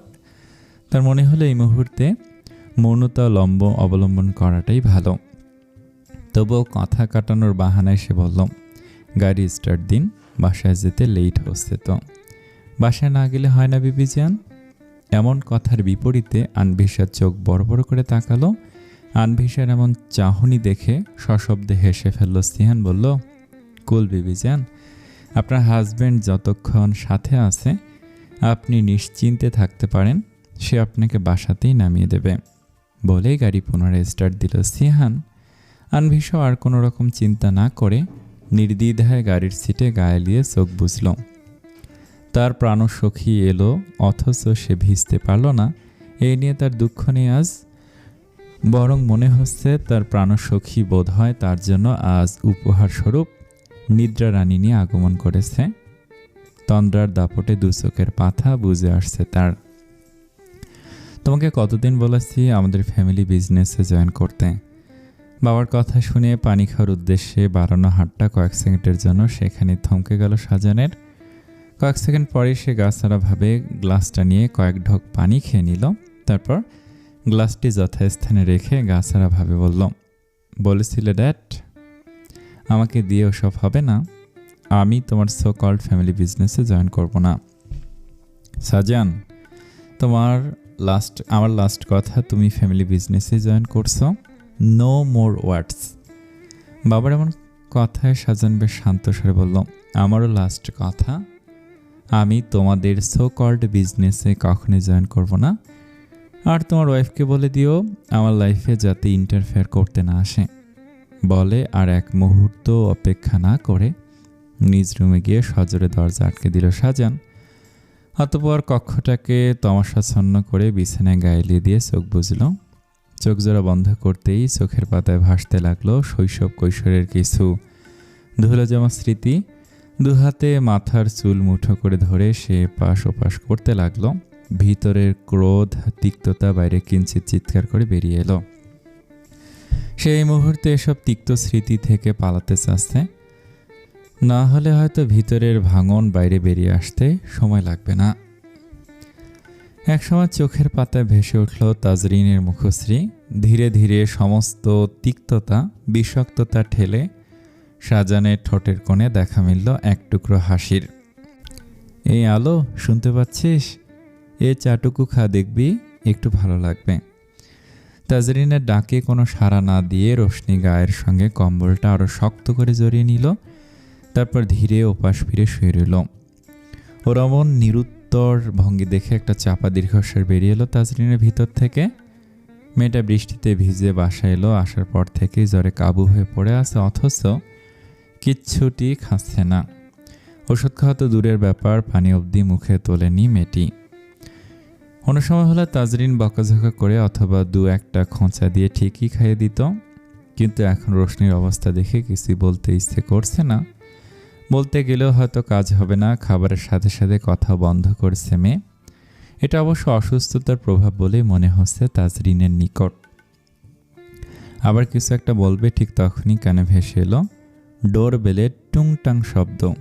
আনভেসে এসেছে নিশ্চয়। এইভাবে তড়িঘড়ি উঠে গেল দরজার দিকে। দরজা খুলেই বুঝলো তার অনুমান ভুল হয়নি। সে আনভিসাকে কিছু বলতে না দিয়েই হড়হড় করে বলতে লাগলো রোশনির বৃষ্টিতে ভিজে বাসায় ফেরা থেকে শুরু করে বর্তমান অবস্থাও। সবটা বলা শেষ হতে আনভিসাও সময় ব্যয় না করে দ্রুত রোশনির রুমে চলে গেল। কপালে হাত দিতে চমকে উঠল। জ্বরে গা পুড়ে যাচ্ছে, চোখ মুখ লাল হয়ে গেছে জ্বরের তাপে। চিন্তায় আনভিসার কপালে ভাঁজ পড়ল। প্রিয় বান্ধবীর অসুস্থতায় অস্থির করে তুলল তাকে। ওকে জলপট্টি দিয়েছিলি? হ্যাঁ, কিন্তু কাজ হয় না, জ্বর কমছে না কোনোভাবেই। আবার দিতে হবে, জ্বর একটু কমলে কিছু খাইয়ে ওষুধ খাওয়াতে হবে, না হলে এই জ্বর যাবে বলে মনে হচ্ছে না। বলে আর অপেক্ষা না করে বাটি ভর্তি পানিতে রুমাল ভিজিয়ে রোশনির মাথায় জলপট্টি দিতে লাগলো আনভিসা। তাজরিনের উদ্দেশ্যে বলল, তুই খাবার গরম করে আন, আমি দেখিও কিভাবে না খেয়ে থাকে। তাজরিনও মাথা নেড়ে সায় জানিয়ে চলে গেল রান্নাঘরের দিকে। আনভিসা জলপট্টি দিচ্ছিল, হঠাৎ রোশনি হালকা গলায় গুঙ্গিয়ে উঠল। আস্তে করে আনভিসার হাত ধরে ভাঙা গলায় বলল, আমাকে একটু ভালোবাসলে কি হয়? আমি কি অনেক বাজে? আমাকে কি ভালোবাসা যায় না? আনভিসা অবাক হয়ে তাকালো রোশনির দিকে। সর্বদা হাসি খুশি থাকা মেয়েটা কাঁদছে, যাকে সবাই ভালোবাসে। এমন মিষ্টি একটা মেয়ে তার কাছে প্রশ্ন করছে তাকে ভালোবাসা যায় কি না। এটা কি কেবলই জ্বরের ঘরে প্রলাপ, নাকি কোনো ব্যথাতুর ঘটনা ঘটেছে মেয়েটার সাথে, যার জন্য এমন করুণ সুরে আর্তনাদও করছে মেয়েটা? জানতে হবে। রোশনি সুস্থ হলে ওকে এ বিষয় নিয়ে প্রশ্ন করার সিদ্ধান্ত নিল আনভিসা। ইতিমধ্যে হাতে খাবারের প্লেট নিয়ে উপস্থিত হলো তাজরিন। তারপর দুই বান্ধবী মিলে জোর করে রোশনিকে উঠিয়ে বসালো। এটা সেটা বলে জোর করে রোশনি খাইয়ে দিতে লাগলো আনভিসা। তাজরিন চলে গিয়েছে ঠান্ডা হয়ে যাওয়া চাটা পুনরায় গরম করতে। ঔষধ খাওয়ানোর পর এই চাটাও রোশনিকে জোর করে খাইয়ে দেবে, তাহলে মাথা ধরাটা হয়তো একটু ছাড়বে রোশনির, আর ঠান্ডা লাগাটাও একটু কমবে। একটা কারুকার্য খচিত দরজা ঠেলে বিলাসবহুল কেবিনে পা রাখল সিহান। তৎক্ষণাৎ ভিতর থেকে একজন লোক সজোরে চিৎকার করে উঠল, এই কে? অনুমতি ছাড়া কেবিনে প্রবেশ করেছিস কে? এত বড় স্পর্ধা হলো কার? আওয়াজ নিচে মিস্টার শেখ। সিহানকে দেখতেই দাঁড়িয়ে গেল মধ্যবয়স্ক লোকটি। তুমি এখানে কেন? কেন আসতে পারি না? হ্যাঁ হ্যাঁ, অবশ্যই আসতে পারো, কেন নয়, অনুমতি নিয়ে এলাম না। আসলে কি বলুন তো মিস্টার শেখ, যারা অন্যের জীবনে অনুমতিবিহীন প্রবেশ করতে চায় তাদের জীবনে প্রবেশ করতে অনুমতির প্রয়োজন পড়ে না। আর আমি তো জীবনে প্রবেশ করতে এখনো করিনি, মাত্র কেবিনে প্রবেশ করলাম অনুমতিবিহীন। শীতাতাপ নিয়ন্ত্রিত কক্ষেও দরদর করে ঘামছে মধ্যবয়স্ক লোকটি। খানিকটা ভয় আর জড়তা মিশে প্রশ্ন করলো, মানে কি বলতে চাচ্ছ তুমি? বিপরীতে বাঁকা হাসি দিয়ে কেবিনে রাখা সোফাটায় পায়ের উপর পা তুলে বেশ আয়েশ করে বসলো সিহান। নিজের বাঁ হাতটা দিয়ে চেয়ারের দিকে ইশারা করে বলল, বসুন মিস্টার শেখ, আমি তো এখনো কিছুই বলিনি। লোকটির চোখে মুখে ভয় ফুটে উঠল, কিন্তু সেটা তিনি প্রকাশ করতে চাচ্ছেন না, তাই অনিচ্ছা সত্ত্বেও বসে পড়ল নিজের চেয়ারটায়। মুখে জোরপূর্বক হাসি টেনে বলল, কি খাবে, চা নাকি কফি? আমি এখানে খেতে আসিনি, আপনার সাথে একটু গল্প করতে এলাম। লোকটি অবাক হয়ে বলল, আমার সাথে গল্প? হ্যাঁ, আচ্ছা সোজা কথায় আসি। আমি কিছুদিন হলো বিয়ে করেছি, আর আমার বিয়ে করা বউটাকে আমি অসম্ভব ভালোবাসি। লোকটি চমকে উঠে বলল, তুমি বিয়ে করেছ? সিহান মুখ দিয়ে চ জাতীয় শব্দ বের করে বলল, এক কথা এতবার রিপিট করতে পছন্দ করি না আমি। আপনার শুনতে প্রবলেম হলে কানের ডাক্তারের শরণাপন্ন হন। অপমানে মুখটা থমথমে হয়ে গেল লোকটির। সিহান সেদিকে এক পলক তাকে ফের বলল, আমার বউয়ের পেছনে কতগুলো জানোয়ার পড়েছে। বিয়ের আগে অবধি সে সাধারণ মেয়ে হলেও এখন সে সিহান ফানের ওয়াইফ। জানোয়ারগুলোকে বলে দিবেন, সিহান ফানের বিবিজনের দিকে নজর দেওয়ার মতো কলিজা যে দেখাবে, তার কলিজা টেনে বের করে আমি দেখব তার কলিজাটা কত বড়। তোমার বউ সিহান লোকটিকে কথা সম্পূর্ণ শেষ করতে না দিয়েই লোকটির পানে তির্যক দৃষ্টি নিক্ষেপ করে বলল, আনভিশা মিহজা, সিহান ফান্স ওয়াইফস নেম ইজ আনভিশা মিহজা। রান্নাঘর থেকে টুংটাং আওয়াজ ভেসে আসছে। আবার কিয়ৎক্ষণ পরপর হাঁড়ি পাতিলের আওয়াজও আসছে জোরালোভাবে। নোহা বই থেকে মাথা তুলে একবার রান্নাঘরের দিকে উকি দিল, পরপরই শুকনো ঢোক গেলে আবার পরে মন দিল। আজ বাড়ির আবহাওয়া গরম। মা বাবার ঝগড়া হয়েছে বলে ভুল হবে। তার মা জননী বেহুদা কথায় বাবাকে ঝেড়েছেন, আর তার বাবা মিনমিন করে বাবুসোনা ডেকে তার মাকে মানানোর জন্য পেছন পেছন ঘুরেছেন। তবে লাভের লাভ কিছু হয়নি। মিসেস দিয়ার মেজাজ আজ তুঙ্গে, আর সেই রাগের বহিঃপ্রকাশ ঘটাচ্ছেন হাঁড়ি পাতিলের মাধ্যমে। তার মায়ের ভয়ে বাবা আর আজ ড্রয়িং রুমের আশেপাশেও ঘেঁষেনি। এসব ভাবতে ভাবতেই নোহা দেখল মিসেস দিয়া রান্নাঘর থেকে বেরোচ্ছেন। মাকে দেখার সাথে সাথে নোহা এমন ভাব করলো সে ভীষণ পড়াকু, পড়ে একদম দুনিয়া উল্টিয়ে ফেলার মতো ভাবসাব নিয়ে বসে আছে নোহা। মাকে দেখানোর জন্য আজ ঘর ছেড়ে ড্রয়িং রুমে বসে আছে সে, পড়ার বাহানায় মায়ের রাগ থেকে বেঁচে যাওয়ার আশায়। এমন না যে সে ভীষণ পড়াকু মেয়ে, বরং সে তার বিপরীত। পড়াশোনার প্রতি বড্ড বিতৃষ্ণা তার। পরীক্ষার আগের দিন কোনো রকমে পাশ করার মতো সে পড়ে যায় পরীক্ষা দিতে। তাও সেদিন পড়াশোনা যে আবিষ্কার করেছে, তার গুষ্টির তুষ্টি করতে করতে অর্ধেক সময় এমনিই চলে যায়। তার মা রাগ হলেই তাকে পড়াশোনা নিয়ে, রেজাল্ট নিয়ে কথা শোনাবেন, তাই সে সেই প্রকোপ থেকে বাঁচতে আজ বিদ্যাবতীর ভাবসাব নিয়ে বসেছে। পড়ার ভান করে বইয়ের ফাঁক গলে আর চোখে মায়ের হাবভাব পর্যবেক্ষণ করছে সে। কিন্তু পড়ার ভান করে বোধহয় সে রেহাই পেল না। মিসেস দিয়া কিছুক্ষণ দাঁড়িয়ে মেয়েকে পর্যবেক্ষণ করলেন, পরপর রান্নাঘরে গিয়ে শব্দ করে আরেকটা পাতিল রাখলেন বেসিনে। আবার বেরিয়ে এসে মেয়ের উদ্দেশ্য করে ঝাঁঝালো স্বরে বলল, আর বিদ্যাসাগরিকা এসেছেন, পড়ে আমাকে ধন্য করে ফেলেছেন উনি। তা এতই যখন পড়িস, তার রেজাল্টের এই হাল কেন? শেষ রক্ষা হলো না বলে আফসোস করে হাতের বইটা কোলের উপর রেখে মায়ের দিকে অসহায়ভাবে তাকালো নোহা। নিজেকে বাঁচাতে কোনো রকমে বলল, আম্মু আমি তো পাশ করে উদ্ধার করে ফেলেছেন আমাদের। বছরে বছরে বড়সড় আন্ডা নিয়ে আসেন আর বলে কিনা আমি পাশ করি। এই তোকে কি আমরা ঘাস খাওয়াই? অন্যরা কত ভালো রেজাল্ট করে, আর তুই 2বার আন্ডা নিয়ে এসে তৃতীয়বারে পাশ করেছিস। আবার এটা নিয়ে গর্বে মাটিতে পা পড়ে না, পিঠে কয়েকটা ঝাঁটার বাড়ি বললে পরে বুঝবি। বলতে বলতে মিসেস দিয়া আবার চলে গেলেন রান্নাঘরে। এক হাতে চুলোয় ভাজতে থাকা রুটিটা উল্টিয়ে দিয়ে অন্য হাতে সবজি নাড়ছেন আর মেয়েকে বকেই চলেছেন। নোহা অসহায় মুখ করে বসে রইল, হাতে থাকা বইটার দিকে তাকিয়ে ফের মনে মনে গালি দিতে লাগলো পড়াশোনার আবিষ্কারককে। ইতিমধ্যে তার দৃষ্টি ঝাপসা হয়ে আসতে শুরু করেছে চোখের অশ্রুতে। সে নাক টানতে টানতে চিৎকার করে মায়ের উদ্দেশ্যে বলল, তোমার ছেলেকে তো কিছু বলো না? সে যে কাল বৃষ্টিতে ভিজে বাসায় এলো, তাকে কিছু বলেছ? যত দোষ তো সব আমার, তাকে কেন কিছু বলবে? সে তো তোমার আদরের দুলাল, আর আমাকে তো পালক এনেছ। মিসেস দিয়া হাতে খুন্তি নিয়ে মেয়ের দিকে এগিয়ে এলেন। পড়া পারিস না, আবার মুখে মুখে তর্ক করিস, বেয়াদব কোথাকার। এই ফটর পড়ার বেলায় দেখাতে পারিস না? রেজাল্টে কোনো দিন আমার জিদুর ধারের কাছে যেতে পেরেছিস তুই? আবার ওকে নিয়ে কথা বলিস? ওর কথা বলার আগে ওর মতো রেজাল্ট করে দেখা। এবার নোহা সত্যি সত্যি কষ্ট পেল। টলমল আখি জোড়া মায়ের দিকে স্থির করে বলো, ভালোবাসা কি রেজাল্টের মাপকাঠিতে হয় বলো আম্মু? মেয়ের একটা প্রশ্নে থমকে গেলেন মিসেস দিয়া। তিনি কথাটা ওভাবে বলতে চাননি। এমন না যে তিনি দু সন্তানকে দু চোখে দেখেন, শুধু মেয়েকে একটু বকেন যাতে পড়াশোনায় মনোযোগী হয়। না বকলে মেয়েটা বাদরামো বেশি করে, তাই বলে রেজাল্ট দিয়ে ভালোবাসা মাপার মতো পাষাণ মা তিনি হননি। কিন্তু কথায় কথায় মুখ ফসকে বলে ফেলেছেন কথাটা। কিন্তু মেয়ের এই প্রশ্নের বিপরীতে দেওয়ার মতো কোনো উত্তর ওনার কাছে নেই। হয়তো আছে, কিন্তু তিনি দিতে দ্বিধাবোধ করেছেন। তিনি আর কোনো কথা না বলে আবার রান্নাঘরে চলে গেলেন। নোহা টলমল দৃষ্টিতে মায়ের প্রস্থান দেখল। হাতে থাকা বইটা নিয়ে সেও উঠতে নিল রুমের দিকে যাবে বলে। তখনই সেখানে আগমন ঘটল জিদানের। জিদান এসে বোনের মাথায় টোকা দিয়ে বসে পড়ল সোফায়। দাঁত কেলে বলল, কিরে পেতনি, মুখটা কেমন মান্দু ভূতের ছানার মতো বানিয়ে রেখেছিস কেন? আমি পেতনি? এখানের কেউ আছে? পেতনি তোমার বউ, মায়ের সভ্যপুত্র। খবরদার, আমার সাথে কথা বলতে আসবে না। জিদান ভুরু কুঁচকে তাকালো নোহার পানে।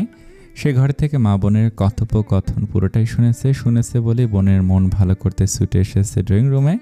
আর এই মেয়ে কিনা তাকে খুশিয়ে কথা বলছে। আসছে আমার বউকে পেতনি বলতে। আমার বউ পড়ি, তুই তার আশেপাশেও না, ফুট। এই পর্যায়ে নোহা ভুরুকুটি করে তাকালো ভাইয়ের দিকে, বলল, তুমি তো বিয়েই করনি, তাহলে বুঝলে কিভাবে তোমার বউ পেতনি না পড়ি? জিদান থতমত খেয়ে বলল, আমি বিয়ে করিনি তো। তুই আমার বউকে কোত্থেকে তুলে এনে পেতনি বানিয়ে দিলি? নিজের কথায় নিজেই বোধহয় ফেঁসে গেল। নোহা ভাইয়ের দিকে তাকে বলল, ওটা তো কথার কথা বলেছি। আমিও কথার কথাই বলেছি। আর বিয়ে করিনি তো কি হয়েছে? ভবিষ্যতে কি করব না নাকি? করলে অবশ্যই কোনো পরীকেই বিয়ে করব, কোনো পেতনিকে না। এই তুমি যাও তো রুমে। এখানে কি? জিদান আয়েশ করে বসে এক হাতে ঘাড় মালিশ করতে করতে জিজ্ঞেস করলো, বাড়িটা কার? আব্বুর। তাহলে আমার বাপের বাড়িতে আমি যেখানে খুশি বসবো, তোর কি? নোহা কোমরে 2 হাত দিয়ে ঝগড়া করার মতো করে বলল, বাপ কি তোমার একার? আমারও বাপ। আমার বাপের বাড়িতে আমার পাশে কে বসবে না বসবে সেটাও আমি ঠিক করব। বাপ আমার একার না হলেও বাড়িটা তোর না। তোকে 2 দিন পর বিয়ে দিয়ে বিদায় করে দেব। বরের বাড়ি যাবি তখন। এই বাড়িতে আমার রাজত্ব চলবে। নোহা রাগে কটমট করে বলল, দরকার হলে বিয়ে করে ঘর জামাই রাখবো, তবু এই বাড়ির এক ছত্র অধিকারও ছাড়ব না। তোর জামাইকে কে খাওয়াবে? তুই আর কিছু বলতো, কিন্তু কথা অসম্পূর্ণ থেকে গেল মিসেস দিয়ার চিৎকারে। মিসেস দিয়া আবারও হাতে খুন্তি নিয়ে ছেলেমেয়ে নিয়ে এগিয়ে এসেছেন। সকাল সকাল 2টা মিলে কি শুরু করেছিস? বাড়িটাকে কি পাবনার পাগলা গড়দে বানিয়ে ফেলতে চাচ্ছিস নাকি তোরা? জিদান বোকা বনে গেল। তার মা কি ইনডাইরেক্টলি তাদের দুজনকে পাগল বললেন? না, ঠিক আছে, তার বোনটা পাগল, তা স্বীকার করাই যায়, কিন্তু সে তো না, তাকেও কোনো পাগল উপাধি দেওয়া হলো? তাছাড়া তার মা জননীর যে কি হলো আজ? উনি কি বেশি রেগে না হলে তো ছেলের সাথে রাগ দেখান না তিনি? মাকে দেখতে আবার নোহার মুখটা পাংশুটে হয়ে গেল। এতক্ষণে ভাইয়ের সাথে ঝগড়ায় এতটাই বিভোর হয়ে গিয়েছিল যে কিছুক্ষণ আগের ঘটনাটা প্রায় ভুলে গিয়েছিল, কিন্তু এখন আবার একে সব কথা মনে পড়ছে। আম্মু, বাড়ি পাবনার পাগল গারদ হবে কেন? যদি হয়ে যাও তাহলে তো তুমি আর আব্বুও পাগল উপাধিতে ভূষিত হবে। ভাইয়ের কথায় চোখ বড় বড় করে ভাইয়ের দিকে তাকালো নোহা। এখনই বোম ফাটলো বলে তার ভাই যে কথার মাঝে সূক্ষ্মভাবে বুঝিয়ে দিল তারা পাগল হলে তাদের পিতামাতা দুজনেই পাগল হয়ে যাবে, অর্থাৎ ইনডাইরেক্টলি তাদেরকেও পাগল উপাধি দেয়া। এরপর তো রণক্ষেত্র হবে।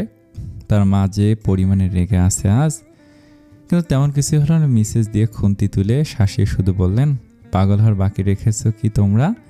বাপ ছেলে মেয়ে সব মিলে পাগল হয়ে এখন আমাকেও পাগল বানিয়ে দিচ্ছে। অসহ্য।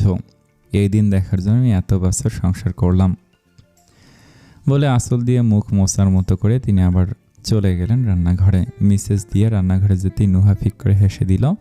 নোহার হাসি দেখে জিদান টান হয়ে বসে বলল, তোর জন্য একটা অফার আছে। ভাইয়ের কথায় পেছনে চোখ সরু করে ভাইয়ের দিকে সন্দেহের দৃষ্টিতে তাকিয়ে নোহা বলল, কি অফার? আমার 2টা শার্ট ময়লা হয়ে গিয়েছে, ওই 2টো ধুয়ে দিলে পুরস্কার হিসেবে ডেইরি মিল্কের বড় প্যাকেটটা পাবি। তোমার ঘামে ভেজা শার্ট ধুবো আমি? এই নোহা কাবি নেহি। জিদান গাছাড়া ভাবে কাঁধ ধুলে বলো, ওকে, না ধুলে নেই। অফার দিয়ে গেলাম, ভেবে দেখিস ডেইরি মিল্কের বড় চকলেটটা এত মজা, উফ, তবে আমি খেয়ে ফেলবো ওটা। বলেই জিদান উঠে নিজের রুমে চলে গেল। নয় একটু ভাব নিতে চেয়েছিল, ভেবেছিল ভাই বুঝি আরেকবার বলবে, বলার সাথে সাথেই সে রাজি হয়ে যাবে, কিন্তু সে তো ভুলে গিয়েছিল তার ভাই হলো জন্মের গাঁট তারা। পর মুহূর্তেই তার 2 চোখে ভেসে উঠল ডেইরি মিল্কের প্যাকেটটা, ভেসে যেন অদৃশ্য হয়ে গেল। আবার নোহা জিদানের রুমের দিকে দৌড় দিল, তাকে ডাকতে রাখতে, ভাইয়া, এই ভাইয়া। মেঘমুক্ত আকাশটা রোদের আলোয় ঝলমল করছে। রাতভর টানা বৃষ্টির পর সকালের বাতাসে ভেজা মাটির ঘ্রাণ মিশে আছে। গাছের পাতায় জমে থাকা ফোঁটাগুলো রোদের ছোঁয়ায় টুপটাপ ঝরে পড়ছে নিচে। চারদিকে ধোয়া মোছার নির্মলতায় ভরা। কিন্তু এত সতেজতার ভিড়েও দুঃখের ছায়া নেমে এসেছে আনভিশা আর তাজরিনের মনে। দুই বান্ধবী রোশনিকে নিয়ে কাটিয়ে দিয়েছে এক নিদ্রাহীন রজনী। সারা রাত জ্বরে কাবু হয়ে থেকে শেষ রাতের দিকে রোশনি বমি করে। অবস্থা কাহিল। একে তো জ্বর, তার উপর বমি। নাজুক শরীর এত ধকল নিতে না পেরে প্রায় অচেতন হয়ে পড়ে আছে বিছানায়। ভোরের আলো ফোটার অপেক্ষায় ছিল আনভিশা আর তাজরিন। ফজরের আজানের পর আনভিশা বাসার নিচে বের হয়ে যানবাহন খোঁজার চেষ্টা করলেও নিরাশ হতে হয়েছিল। যানবাহন তো দূর, কাকপক্ষীটারও দেখা মেলেনি তখন। উপায়ন্তর না পেয়ে তখনই সে কল দিয়েছিল অর্ধাঙ্গের নম্বরে। তার মন বারবার বলছিল এই নিষ্ঠুর শহরে তার আপন বলতে কেবল ওই একটা মানুষই আছে। আনভিশার বিশ্বাস ছিল সিহান তাকে নিরাশ করবে না, লোকটা অবশ্যই তাকে সাহায্য করবে। তার ধারণাকে ঠিক প্রমাণ করে দুইবার রিং হওয়ার সাথে সাথে ওপাশ থেকে কল রিসিভ করেছিল সিহান। লোকটা পাগলের ন্যায় ব্যতিব্যস্ত স্বরে তাকে বারবার জিজ্ঞেস করেছিল সে ঠিক আছে কিনা। আনভিশা ভীষণ শক্ত মনের মেয়ে, এত সহজে সে ভেঙে পড়ে না। কারোর সামনে সে তার ভাঙা রূপ প্রদর্শন করে না। কিন্তু তখন কি হলো কে জানে। সিহানের কণ্ঠস্বর শুনে মেয়েটা কেঁদে উঠেছিল আর ফোনের ওপাশে অর্ধাঙ্গিনীর কান্নার স্বর শুনে বেকুল হয়েছিল অর্ধাঙ্গের হৃদয়। সে তখনই বিছানা থেকে উঠে বাসার ট্রাউজার আর টি শার্ট পরে রওনা দিয়েছিল আনভিশার ঠিকানায়। তবে এত কিছুর মধ্যেও কল কাটেনি। কলে থেকেই অর্ধাঙ্গিনীকে শান্ত হতে বলেছিল, শুধাচ্ছিল কি হয়েছে। আনভিশা ভাঙা ভাঙা কণ্ঠে তখন রোশনির কথা বলল। তখন অদ্ভুত কারণে তার অন্তরটা শীতল হয়েছিল। অর্ধাঙ্গিনী সুরক্ষিত আছে ভেবে পরপরই সে অর্ধাঙ্গিনীকে সান্ত্বনা দিয়ে বলেছিল সে 5 মিনিটের মধ্যে আসবে। আনভিশা যেন চিন্তা না করে কথা রেখেছিল। সিহান গুনে গুনে 5 মিনিট পরে উপস্থিত হয়ে সব দায়িত্ব নিজ কাঁধে তুলে নিয়ে একজন দায়িত্বশীল স্বামী আর ভাইরূপে তাদের হসপিটালে নিয়ে গিয়ে রোশনিকে অ্যাডমিট করা থেকে শুরু করে তার সুচিকিৎসা নিশ্চিত করেছিল। সবশেষে তাদের বটবৃক্ষের ন্যায় আগলে রেখেছে এখন অবধি। নিচের ফার্মেসি থেকে ঔষধ এনে দেওয়া থেকে শুরু করে রোশনির জন্য স্যুপের ব্যবস্থাও করেছে যাতে ওটাকে অন্তত ঔষধটা খেয়ে নিতে পারে। এতক্ষণে তাজরিনও ফ্রি হয়ে গিয়েছে সিহানের সাথে। তাদের দেখে মনেই হবে না এটা যে তাদের প্রথম সাক্ষাৎ। তাজরিন এত সুন্দর করে ভাইয়া বলছে, মনে হচ্ছে সিহান তার আপন বড় ভাই আর সিহানও আপন ছোট বোনের ন্যায় স্নেহের সহিত কথা বলছে তাজরিনের সাথে। কথোপকথনের এক পর্যায়ে সিহান ওদের সকলের জন্য নাস্তা আনতে যাওয়ার জন্য উদ্যত হলো। তাজরিন থামিয়ে দিয়ে হালকা ফিস করে বলল সিহান যাতে আনভিশাকেও সাথে নিয়ে গিয়ে নাস্তা করে এরপর তাজরিনেরটা নিয়ে আসে। রোশনির অবস্থা এখন কিছুটা ভালো বলে সিহানও আর দ্বিমত করল না। আনভিশা কেবিনের সামনে রাখা চেয়ারে বসেছিল। কেবিনের ভেতর যেতে ইচ্ছে হচ্ছে না। বোনের ন্যায় বান্ধবীর এমন মুমূর্ষ মুহূর্ত তার সহ্য হচ্ছে না। সিহান এগিয়ে গেল সেদিকে। ফ্লোরে হাঁটু গেড়ে বসে আনভিশার দুহাত আঁকড়ে ধরে ডাক দিল বিবিজান। খানিকটা কেঁপে উঠল আনভিশা। চোখ তুলে তাকালো সিহানের দিকে। সিহান সেদিকে তাকিয়ে কোমল গলায় বলল চলুন নিচে যাই। কেন? নাস্তা আনতে যাব? একা একা যেতে ইচ্ছে করছে না, আপনিও চলুন সাথে।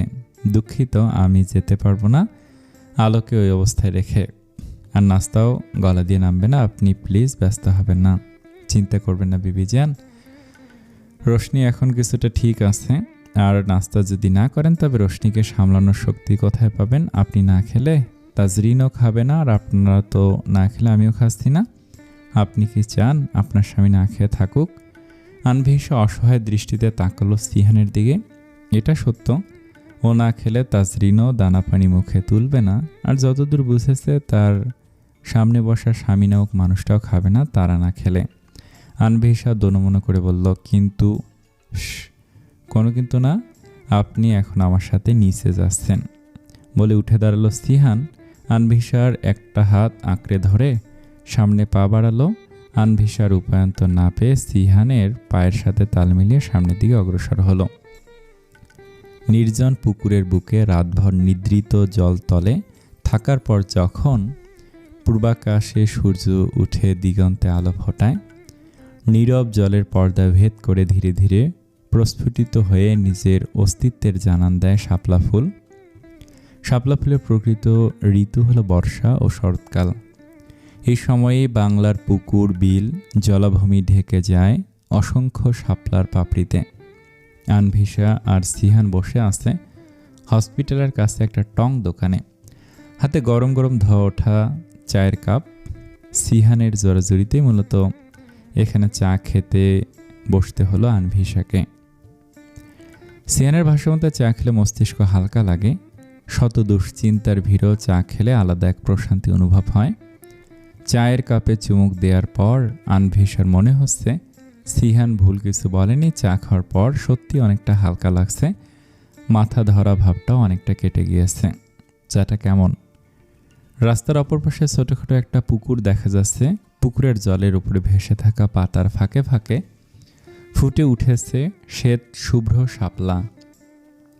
সূর্যের কিরণ শাপলার উপর পড়ার কারণে শুভ্র রংটা যেন আরও দ্যুতি ছড়াচ্ছে। চা খেতে খেতে সে দৃশ্যটা নীরবে পর্যবেক্ষণে বিভোর ছিল আনভিশা। তাই সিহানের করা প্রশ্ন তার কর্ণভেদ করতে পারল না। আনভিশার উত্তর না পেয়ে সিহান পূর্ণ দৃষ্টিতে অবলোকন করল আনভিশাকে। তার নজর পুকুরের দিকে নিবদ্ধ দেখে সেও সেদিকে তাকালো। পুকুর পানে তাকিয়ে সিহানের ঠোঁটের কোণে কিঞ্চিত হাসির রেখা দেখা গেল, তবে সাথে সাথে সেটা আবার মিলিয়ে গেল। আনভিশার দিকে খানিকটা এগিয়ে গিয়ে মুখটাকে আবার স্বাভাবিক করে পুনরায় প্রশ্ন ছুড়ে দিল অর্ধাঙ্গিনীর নিকট, শাপলা ফুল পছন্দ? কাছ থেকে ভেসে আসা প্রশ্নে আনভিশার ধ্যানভঙ্গ হলো। সে দৃষ্টি ঘুরিয়ে সিহানের দিকে তাকে জিজ্ঞেস করলো, জি। বললাম, শাপলা ফুল কি আপনার পছন্দ? খানিকটা হেসে দৃষ্টি ঘুরিয়ে চায়ের কাপে চুমুক দিতে দিতে আনভিশা জবাব দিল, তেমন নয়, মানে থাকে না কিছু ফুল যেগুলোকে দেখলে ভালো লাগে, ছুঁয়ে দিলেও ভালো লাগে, তবে বিশেষ পছন্দের তালিকায় নেই। সিহান নিজের চায়ের কাপে চুমুক দিয়ে আনমনে প্রশ্ন করল, তাহলে আপনার পছন্দের ফুল কোনটা? বেশি পছন্দ বেলি আর কাঠগোলাপ। শিলুটাও মন্দ না, আর অত্যাধিক বেশি কাঠগোলাপ। আচ্ছা। আনভিশা মাথা নাড়িয়ে স্বয়ং দিয়ে আবার কিভাবে প্রশ্ন করল, আর আপনার পছন্দের ফুল? এতক্ষণে সিহানের চা শেষ, সে উঠে বিল মিটাতে যাওয়ার জন্য উদ্যত হচ্ছিল। আনভিশার প্রশ্নে কিছু পিছু ফিরে মুচকি হেসে দিয়ে বলল, আজ থেকে কাঠগোলাপ। বলেই সিহান চলে গেল বিল দিতে। সিহানের যাওয়ার পানে বোকার মতো তাকিয়ে রইল আনভিশা। পরক্ষণেই আবার সেও নিঃশব্দে হেসে উঠল। চায়ের বিল মিটিয়ে সিহান আসার পর তারা একসাথে হাঁটতে লাগলো হসপিটালের উদ্দেশ্যে। চায়ের দোকানে আসার আগে তারা এখানকার লোকাল হোটেল থেকে রুটি সবজি খেয়েছে, যদিও আনভিশা তেমন কিছু খেতে পারেনি। আর আনভিশা খাচ্ছে না দেখে সিহানও তেমন কিছু খেতে পারেনি।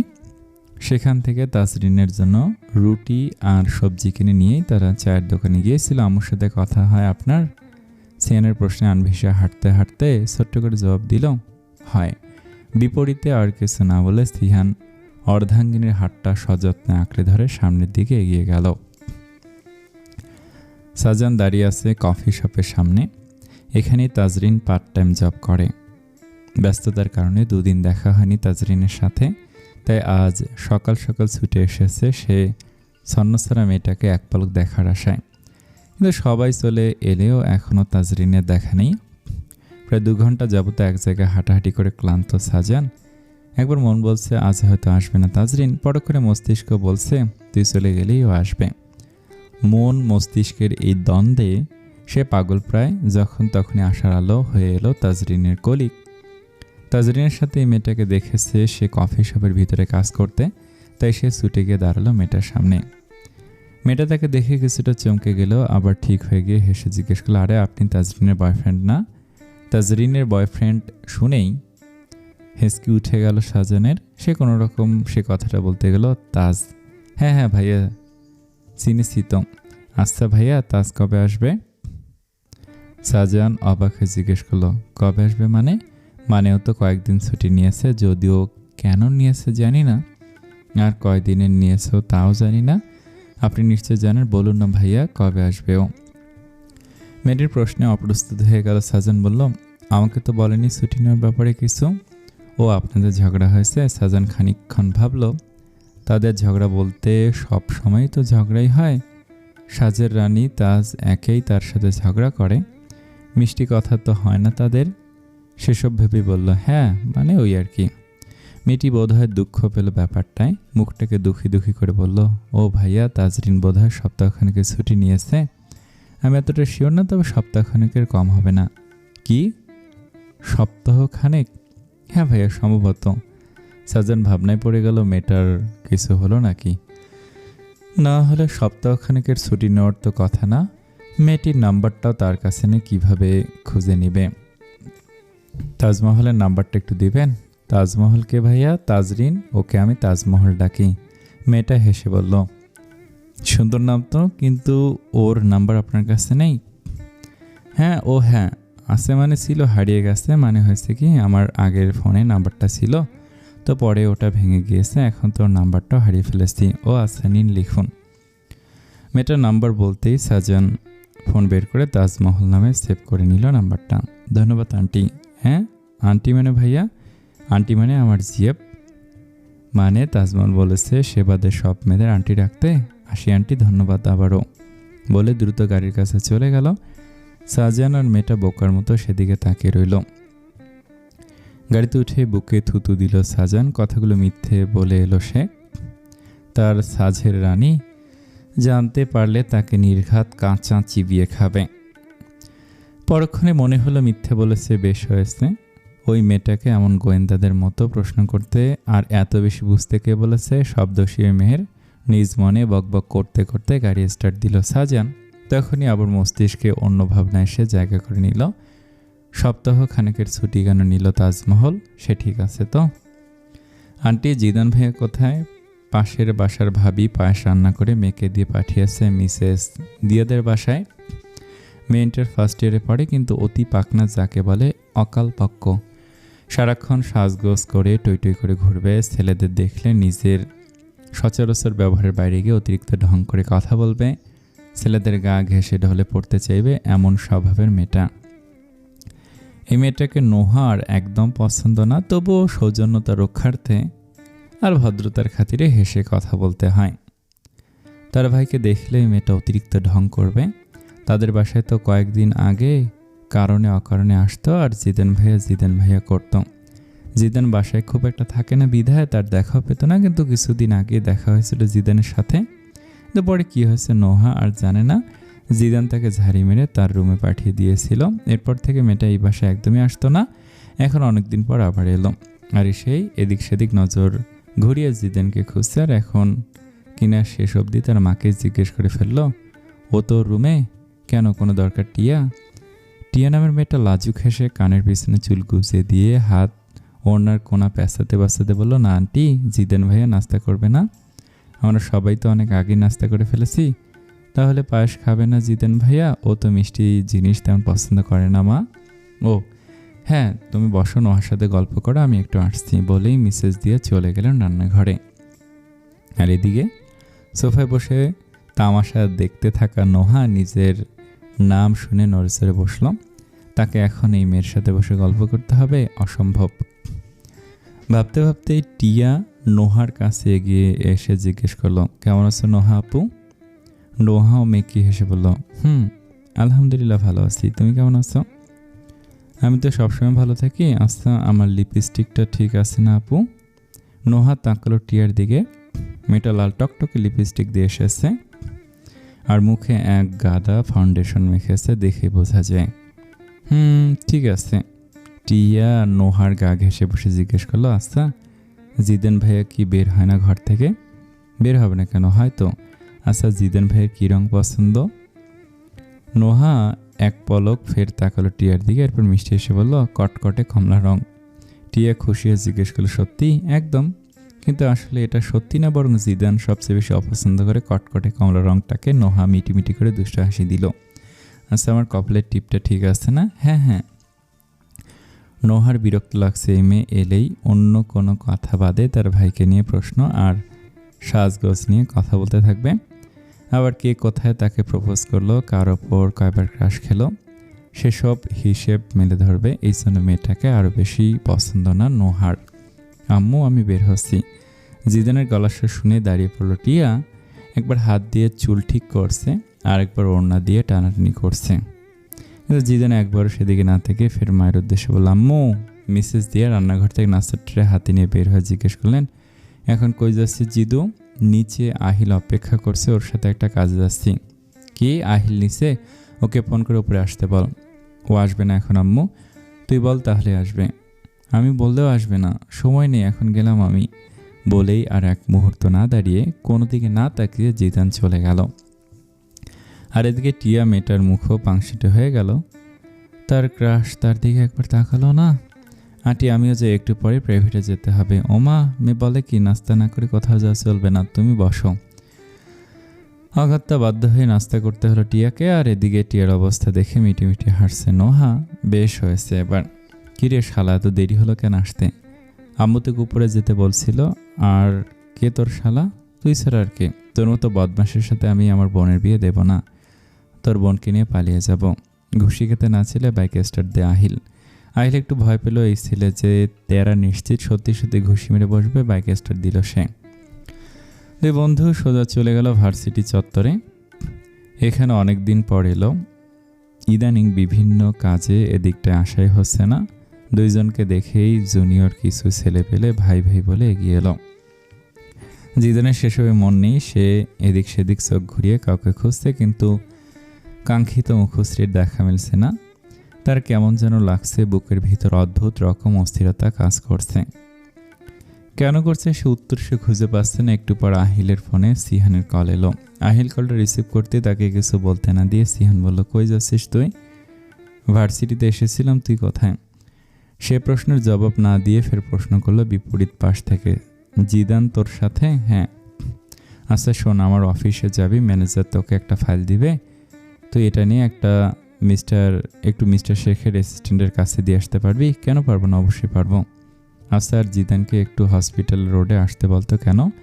পরে বলবো, ওকে এসে আমাকে কল করতে বলিস। আচ্ছা। কল কেটে আহিল ছেলেপেলেদের বিদায় দিয়ে জিদানের পাশে এসে দাঁড়িয়ে বলল, সিহান ওর অফিসে যেতে বললো একটা কাজে, আর তোকে বলেছ হসপিটাল রোডে যেতে।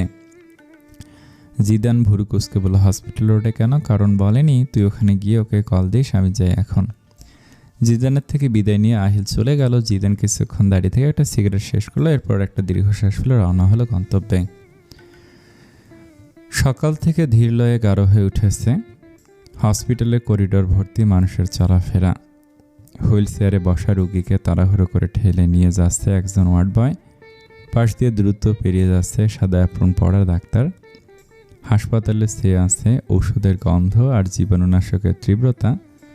লিফটের সামনে রোগীর স্বজনরা উদ্বিগ্ন মুখে দাঁড়িয়ে হাতের ফাইল শক্ত করে ধরে আছে। দূরের ওয়ার্ড থেকে হালকা কাশি আর মনিটরের বিট বিট শব্দ শোনা যাচ্ছে।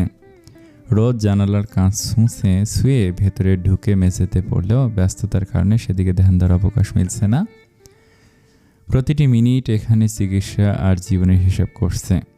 জিদান ততক্ষণ এসে পৌঁছেছে হসপিটালে।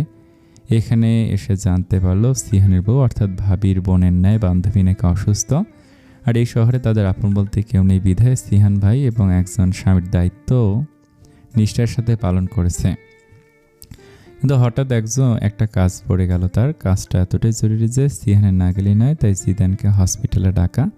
জিদানকে বলা হলো সিহান যতক্ষণ বাইরে থাকবে সে যাতে এদিকে একটু খেয়াল রাখে, তাদের কিছু প্রয়োজন হলে যাতে সাহায্য করে। সিহান যাদের জিদান তারা হলেও দায়িত্বশীল অনেক।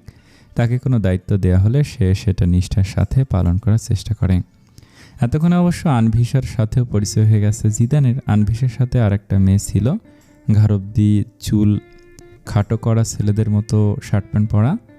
তার সাথে খুব অল্প বাক্য সৌজন্যতামূলক যতটুকু কথা বলা দরকার ততটুকুই বলেছে জিদান। সবার সাথে কথা শেষ করে সিহান দ্রুত ফিরবে বলে আনভিসার থেকেও বিদায় নিয়ে চলে গেল। সে না আসা পর্যন্ত এখানে জিদানকে থাকতে বলে গেল। জিদান দীর্ঘশ্বাস ফেলে বাইরে রোগীর স্বজনদের জন্য রাখা ওয়েটিং চেয়ারে একটিতে বসে ফোন দেখতে লাগলো। আনভিসার তাজরিন কেবিনে রয়েছে। আনভিসা তাকে ভেতরে বসতে বলল। তিনি 3 নারীর কক্ষে বসা তার কাছে অস্বস্তিকর মনে হওয়ায় ভদ্রভাবে তা প্রত্যাখ্যান করল। কেবল বলল সে বাইরে আছে, কোনো প্রয়োজন হলে ভাই ভেবে ডাকতে। বাইরে থেকে দেখতে সবটা ঠিকঠাক স্বাভাবিক মনে হলো, কিছু একটা ঠিক নেই। অদ্ভুতভাবে হাসপাতালে পা রাখার সাথে সাথে জিদানের বুকের ভিতর কেমন যেন একটা করছে। স্বল্প পরিচিত একটা ঘ্রাণ নাসারন্ধ্রে প্রবেশ করছে। বুকের ভিতর অজানা উচ্চাটন হচ্ছে, যার ফলে হৃদক্রিয়া অস্বাভাবিকভাবে বৃদ্ধি পেয়েছে। ফোন থেকে চোখ সরিয়ে সে বারবার আশেপাশে নজর বুলিয়ে বোঝার চেষ্টা করছে তার এমন অনুভূতির কারণ, কিন্তু কোনোভাবেই কিছু ঠাহর করা যাচ্ছে না। জিদানের হৃদয়ের তাল এই প্রথম বোধহয় বেতাল হচ্ছে, কিন্তু কেন? এদিকে আনভিশা আর তাজরিন বসে আছে কেবিনের ভেতর। ডাক্তার জানিয়েছে নিয়মিত ঔষধ খেলে এবং খাওয়া দাওয়া ঠিক রাখলে রোশনির জ্বর সেরে যাবে। এখন স্যালাইন চলছে। শরীর দুর্বল থাকায় ঔষধের প্রভাবে গভীর ঘুমে আচ্ছন্ন সে। ডাক্তার আরও বলেছেন স্যালাইন শেষ হলে রোশনিকে বাসায় নিয়ে যাওয়া যাবে। ডাক্তারের কথায় কিছুটা চিন্তামুক্ত হয়েছে ওরা। আনভিশা তাকলো রোশনির মুখের দিকে। একদিনের ব্যবধানে মুখটা শুকিয়ে পাংশুটে হয়ে গিয়েছে। মেয়েটার চোখের নিচে ডার্ক সার্কেলও দেখা মিলছে। সবসময় চশমা পরে থাকার দরুন আগে খেয়াল করেনি ব্যাপারটা। রোশনির মুখ দেখে ঠাউর করা যাচ্ছে মেয়েটা বোধহয় বুকের ভিতর কোনো গভীর চাপা যন্ত্রণা লুকিয়ে রেখেছে। যন্ত্রণাই তো, যেখানে ভালোবাসা শব্দটা থাকবে সেখানে যন্ত্রণা থাকবে না, তা কখনো হয়? ভালোবাসা আর যন্ত্রণা হচ্ছে মুদ্রার এপিঠ ও পিঠ। যদি তুমি ভালোবাসতে চাও তবে ভালোবাসার বিরহ যন্ত্রণা সইবার ক্ষমতাও তোমার থাকতে হবে। ক্ষণিকের সুখ আর আজীবন দুঃখের বিনিময়ে ভালোবাসার মতো অমূল্য জিনিস ভাগ্যে জোটে। যারা ভালোবাসার বিরহ যন্ত্রণা সহ্য করার ক্ষমতা রাখে তারাই হয়তো খাঁটি ভালোবাসা পায়। আর যাদের সে ক্ষমতা নেই, যারা কেবল ক্ষণিকের সুখ আহরণের আশায় ভালোবাসে, তাদের ভালোবাসাটা অকালেই ঝরে যায়, নয়তো সারা জীবনের মতো বন্দী হয়ে থাকে ধুলো জমা কোনো বইয়ের স্তূপে অথবা কোনো পুরনো ডায়েরির পাতায়। ভালোবাসা প্লাটিনামের মতো আগুনে পড়ে ঝড়ঝাপটায় ধুয়ে খাঁটি হয়।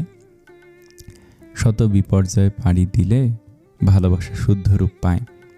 মাঝে মাঝে তো কিছু বোকা মানুষদের ভালোবাসার নামে মন্দ বাসা করে অকালেই ঝরে যেতে হয় পৃথিবীর বুক থেকে।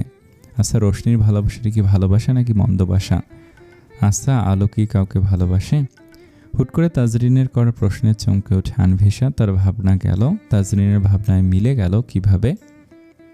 সে একটা দীর্ঘশ্বাস ফেলে বলল, বুঝতে পারছি না। আমার কেন যেন মনে হচ্ছে এই মেয়ে নির্ঘাত প্রেমে পড়েছে, যে সে প্রেম নয়, একেবারে মরণ প্রেম। আহ তাজ, এসব কি কথা? ও সুস্থ হোক আগে, এরপর ওকে জিজ্ঞেস করব। সে তুই যতই ঝাড়ি দিস না কেন, আমার মন বলছে ও ভালোবাসায় ফেসে গেছে। শুধু ফাঁসেনি, একদম আষ্টে পৃষ্ঠে ফেসে গেছে। ওর এই মুখ, আমার চেহারার এই অবস্থা আমার চেনা, খুব করে চেনা। বহু বছর আগে আয়নায় আমি এইরকমই ভঙ্গুর চেহারা সাক্ষাৎ পেয়েছিলাম। বলতে বলতে নিভে এলো তাজরিনের গলার স্বর। অতীত মনে পড়ায় ওর ভীষণ হাঁসফাঁস লাগতে শুরু করলো। বহুদিন পর আবার চিরচেনা কষ্টগুলো যেন উথলে উঠতে চাইল। সে নিজের দুঃখ কষ্টগুলোকে লুকাতে চায় এই পৃথিবীর বুক থেকে। যদি তার সাধ্য থাকতো তবে অতীতে ফিরে গিয়ে সব ভুলগুলোকে শুধরে আসতো, নয়তো হয় দুঃখগুলোকে পৃথিবীর বুক থেকে বিলীন করত, নয়তো নিজে বিলীন হতো। কিন্তু সে অপারগ। বাস্তবতার সম্মুখে সে পরাস্ত। দায়িত্বের বোঝাগুলো কাঁধ থেকে ঝরে গেলেই হয়তো সেও ঝরে যাবে পৃথিবীর বুক থেকে, নয়তো এমন কোথাও নিরুদ্দেশ হবে যেখানে গেলে অতীতের কালো ছায়া আর তাকে তাড়া করবে না। সে নিজেকে লুকাতে প্রসঙ্গ পাল্টে অত্যন্ত স্বাভাবিক হলে প্রশ্ন করল, ভাইয়া কখন আসবে? আনভিশা এতক্ষণ তাজরিনকেই খেয়াল করছিল। এই মেয়ে ভীষণ ম্যাচিউর, নিজের ছন্নছাড়া ভাব নিয়ে দুঃখগুলোকে আড়াল করতে চায়, হয়তো এড়িয়ে যেতে চায়। আনভিশার যদি সাধ্য থাকতো সে নিজ হাতে মেয়েটার জীবন থেকে দুঃখ নামের অধ্যায়টা মুছে দিত, কিন্তু তা যে হবার নয়। অদৃষ্টের পরিহাস কি কখনো খণ্ডানো যায়? থাক, মেয়েটা যেহেতু এড়িয়ে যেতে চাচ্ছে, সেও না হয় কিঞ্চিত সাহায্য করলো। ভেবেই জবাব দিল, বলল তো কিছুক্ষণ লাগবে, বেশিক্ষণ লাগবে না। তুই অনেক ভাগ্যবতী রে আনভি, ভাইয়ের মতো জীবনসঙ্গী পেয়েছিস। এমন খাঁটি ভালোবাসা লাখে একজন পায় বোধ হয়। আনভিশা আনমনে বলল, কি জানি, হয়তো আবার নাও হতে পারে। জীবন কখন কোন দিকে মোড় নেয় তা আমরা কেউই বলতে পারি না। ওর স্যালাইন শেষ হতে কতক্ষণ? এই তো একটু পরে শেষ হবে মনে হচ্ছে। ঘণ্টাখানেক পর সিহান চলে এলো হসপিটালে। ততক্ষণে রোশনির স্যালাইনও শেষ। সে ঘুম থেকে জেগেও গিয়েছে। সিহান ফিরে এলে জিদান চলে যেতে চেয়েছিল। সিহান জানালো তারাও চলে যাবে, ওদেরকে বাসায় পৌঁছে দিয়ে সিহান চলে আসবে, একসাথেই যাতে বের হয়। জিদানের হাতে কোনো কাজ না থাকায় সে আর দ্বিমত করল না। আবার মনে হলো এখানে যদি তার কোনো সাহায্যের প্রয়োজনের থেকে একেবারে বের হয় ভালো।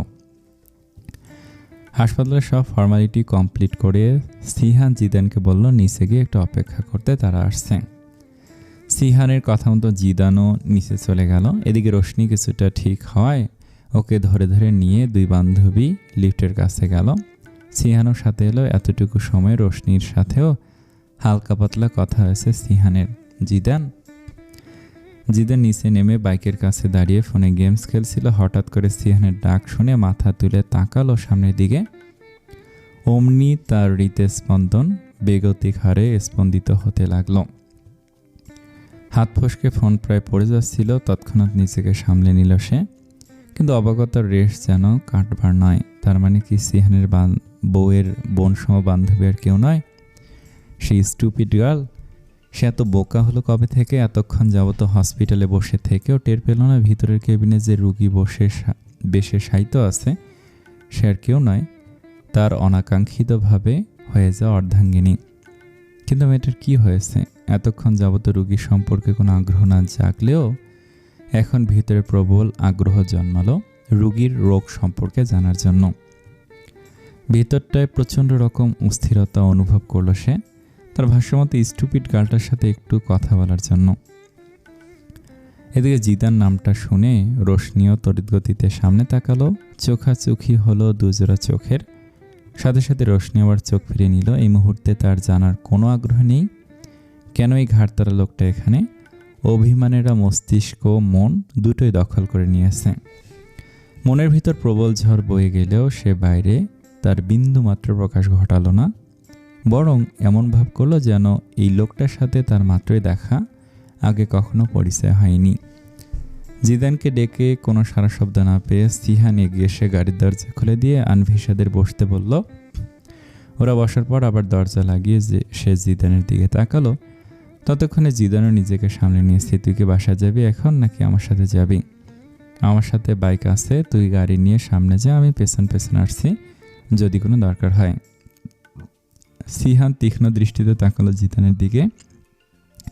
এখানে কিছু একটা ব্যাপার আছে, বুঝতে সমস্যা হলো না তার। সে গাড়ির দিকে এগিয়ে যেতে যেতে বলল, আচ্ছা আয়। রোশনি জানালার পাশে বসেছিল। গাড়ি চলতে শুরু করতে টুপ করে এক ফোঁটা পানি গড়িয়ে পড়ল রোশনির চোখ দিয়ে।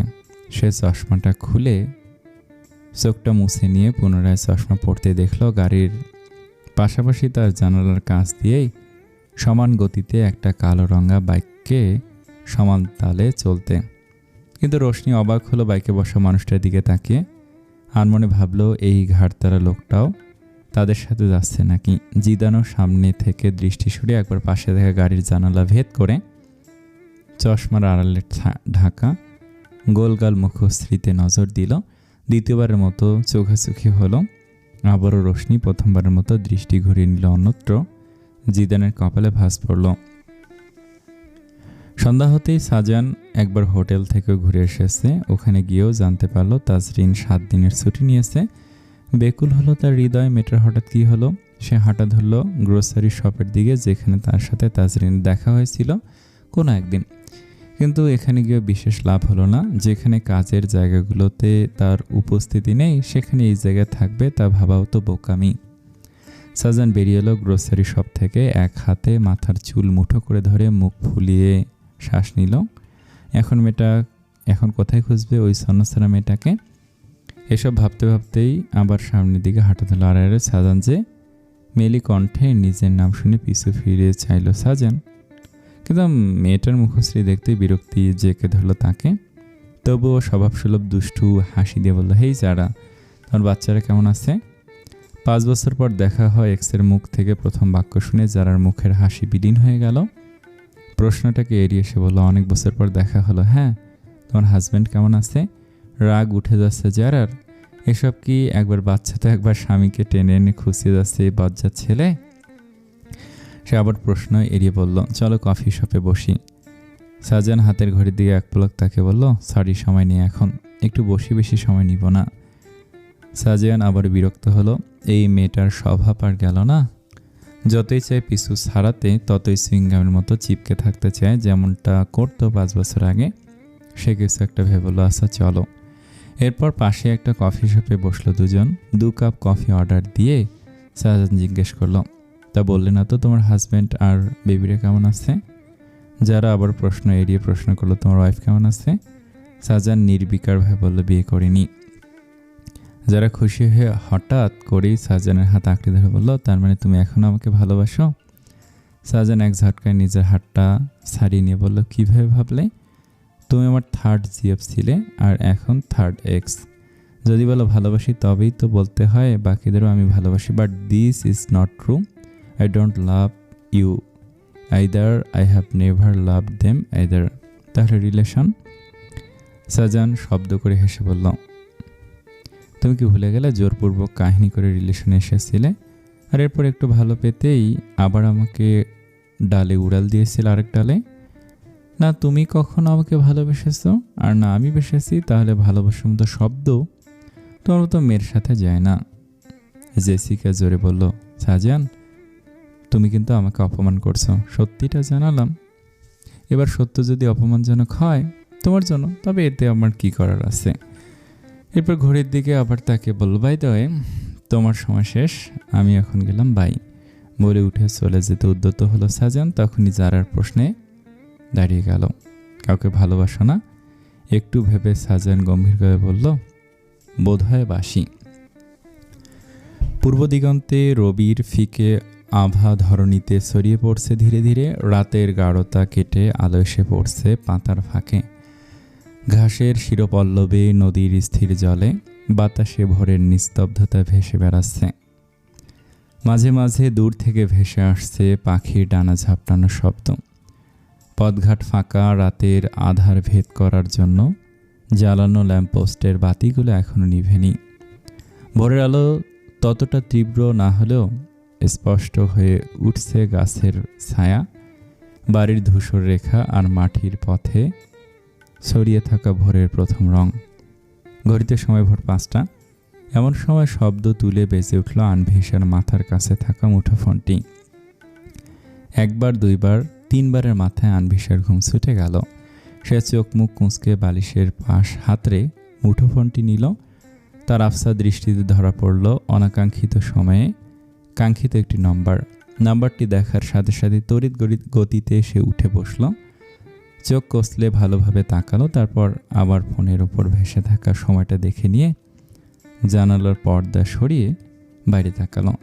এখনও অন্ধকার কাটেনি। এই সময় হঠাৎ এই মানুষটার ফোন অজানা আশঙ্কায় হৃদযন্ত্র নিজ গতি হারালো। ততক্ষণে আবারও চতুর্থবারের মতো ফোনটা বাজতে শুরু করেছে। দুরু দুরু বুকে কল রিসিভ করলো আনভিসা। ফোন রিসিভ করে কানে তুলতেই ওপাশ থেকে শোনা গেল অর্ধাঙ্গের কোমল স্বর, আপনি কি ঘুমাচ্ছেন বিবিজান? আনভিসা আশ্চর্যজনিত হলো। এমন সময় ফোন দিয়ে জিজ্ঞেস করা হচ্ছে সে ঘুমাচ্ছে কি না। সে ঘুম ঝরানো কণ্ঠে বলল, ঘুমাচ্ছিলাম, এখন জেগে, একটু নিচে আসতে পারবেন? আজ বোধহয় আনভিসার আশ্চর্য হওয়ার দিন, এত ভোরে সে নিচে নামবে। পরক্ষণে টনক নড়ল। নিশ্চয়ই লোকটা নিচে দাঁড়িয়ে থেকে তাকে কল দিয়েছে। কথাটা মনে হতেই তড়িঘড়ি করে বিছানা থেকে নামতে নামতে আনভিসা শুধালো, আপনি কি নিচে আসছেন? হ্যাঁ, আসবেন। আনভিসা বিছানা থেকে ওড়নাটা ভালোভাবে গায়ে জড়িয়ে নিয়ে বলল, আসছি। বলার পর ওপাশ থেকে কল কেটে দিল। রোশনিকে হাসপাতাল থেকে আনার পর 3 দিন কেটে গেছে। তার সাথে আর লোকটা দেখা হয়নি, শুধু ফোনে টুকটাক কথা হয়েছে। রোশনির খোঁজ নিয়েছে লোকটা। আজ 3 দিন পর আবার মুখোমুখি হতে চলেছে দুজনে। আনভিসা ব্রাশ করে কোনো রকম মুখে পানি ঝাপটা দিয়ে তাড়াহুড়ো করে দরজা লাগিয়ে বের হলো। হাতে শুধু ফোন আর মেন দরজার চাবিটা নিয়ে। সিয়ান গাড়ির কাছে প্যান্টের পকেটে হাত রেখে দাঁড়িয়েছিল। আনমনা হয়ে দাঁড়িয়ে প্রহর গুনছিল অর্ধাঙ্গিনীর আসার। তার দৃষ্টি আনভিসাদের বাসার মেন গেটের দিকে ছিল। বেশ কিছু সময় পর নিচের দিকে এলোমেলো পায়ে হেঁটে আসতে দেখলো আনভিশাকে। সদ্য ঘুম থেকে ওঠার রেশ চেহারাতে স্পষ্ট ফুটে উঠেছে। ফুলো ফুলো চোখ, এলোমেলো চুলে অর্ধাঙ্গিনী যখন তার সম্মুখে এসে দাঁড়ালো, তখন হৃদস্পন্দন স্বাভাবিকের চেয়ে মাত্রাতিরিক্তভাবে স্পন্দিত হতে লাগলো। ঘুম জড়ানো মুখটায় যেন রাজ্যের মায়া এসে ঢলে পড়েছে। অর্ধাঙ্গের সম্মুখে এসে দাঁড়ানোর পর যখন আনভিশের চোখ অর্ধাঙ্গের চোখে আবদ্ধ হলো, ভিতরটা অজানা অনুভূতিতে কেঁপে উঠল। কিছু পল অতিবাহিত হওয়ার পর আনভিশে নীরবতা ভাঙল। আপনি এ সময় এখানে? সিহান দৃষ্টি না সরিয়ে একইভাবে তাকে বলল। কেন আসতে পারি না? না, পারবেন না কেন? অবশ্যই পারেন, কিন্তু এই ভোরবেলায়। সে কথাকে সম্পূর্ণ এড়িয়ে গিয়ে সিহান বলল, গাড়িতে উঠুন। আনভিশে ইতস্তত করে শুধালো, কেন? এই পর্যায়ে সিহান একটু কাছাকাছি এসে বলল, বিশ্বাস করেন না? আম্মু আর বান্ধবী দুজনের পরে সবচেয়ে বেশি বিশ্বাসটা বোধহয় আপনি অর্জন করে নিয়েছেন। তবে চলুন মিসেস ফান, বলে সিহান নিজেই এগিয়ে গাড়ির ফ্রন্ট সিটের দরজা খুলে দিল। আনভিশও এরপর আর কোনো সংকোচ না করে উঠে বসলো গাড়িতে। আর সিহান যেদিকেই নিয়ে যাবে সেদিকেই সে যাবে বলে ঠিক করলো। এতদিনে অন্তত মানুষটাকে এতটুকু চিনেছে, মানুষটা তার কোনো ক্ষতি করবে না, বরং তার ভালো চায় এই মানুষটা। হুট করে ওড়নাটা টান পড়ায় সে চমকে উঠল। পাশে তাকে দেখে তার ওড়নার একাংশ গাড়ির বাইরে পড়ে ছিল। লোকটা সযত্নে সেই অংশটা তুলে তার কোলের ওপর রেখে সাবধানতার সহিত গাড়ির ফ্রন্ট সিটের দরজা লাগিয়ে দিয়েছে। আনভিশের কী হলো কে জানে, নিজের অজান্তেই ঠোঁটের কোণে মুচকি হাসি খেলে গেল। এরপর থেকে সে আর এক মুহূর্ত তার একান্ত ব্যক্তিগত পুরুষটার দিকে থেকে দৃষ্টি সরাতে পারল না। সে নিবিড় চোখে সেই মানুষটাকে পর্যবেক্ষণ করে গেল। মানুষটার ঘুরে এসে ড্রাইভিং সিটে বসা থেকে শুরু করে দক্ষ হাতে স্টিয়ারিং ঘোরানো সবটাই তার দৃষ্টিবন্দী হলো। দেখতে দেখতে এবার সে আর মানুষটার পা থেকে মাথা অবধি পর্যবেক্ষণ করলো। এই প্রথম সিহানকে পাঞ্জাবি আর টি শার্ট ব্যতীত শার্টে দেখল। অদ্ভুতভাবে সিহানের শার্টের রং তার জামার রঙের সাথে মিলে গিয়েছে। এক পলক নিজের দিকে তাকালো আনভিশা। হ্যাঁ, সেও আজ কালো রঙের থ্রি পিস পরেছে আর সিহানও কালো রঙের শার্ট পরেছে। শ্যামলা গালে খোঁচা খোঁচা চাপ দাড়িতে মানুষটাকে ভীষণ সুদর্শন লাগছে তার কাছে।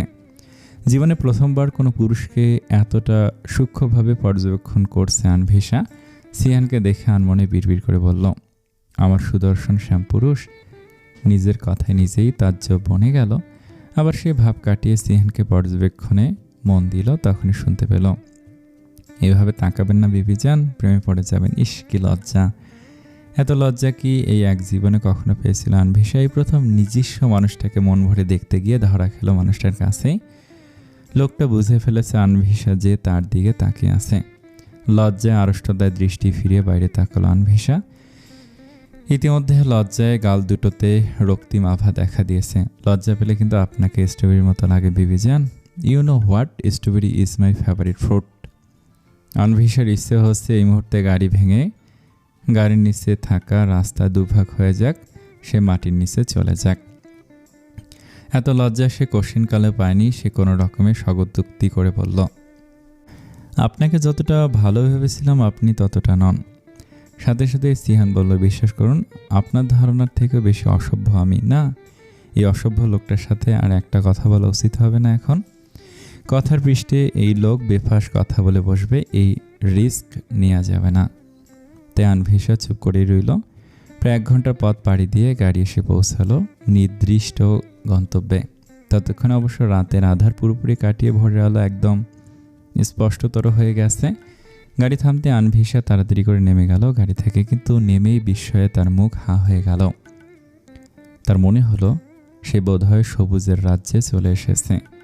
সিহান গাড়িটি দাঁড় করিয়েছে একটা অসম্ভব সুন্দর রাস্তায়। রাস্তার দুই পাশে সমান্তরালভাবে দাঁড়িয়ে থাকা সবুজ গাছের সারি রাস্তাটিকে সৌন্দর্যের এক অনবদ্য রূপ দিয়েছে।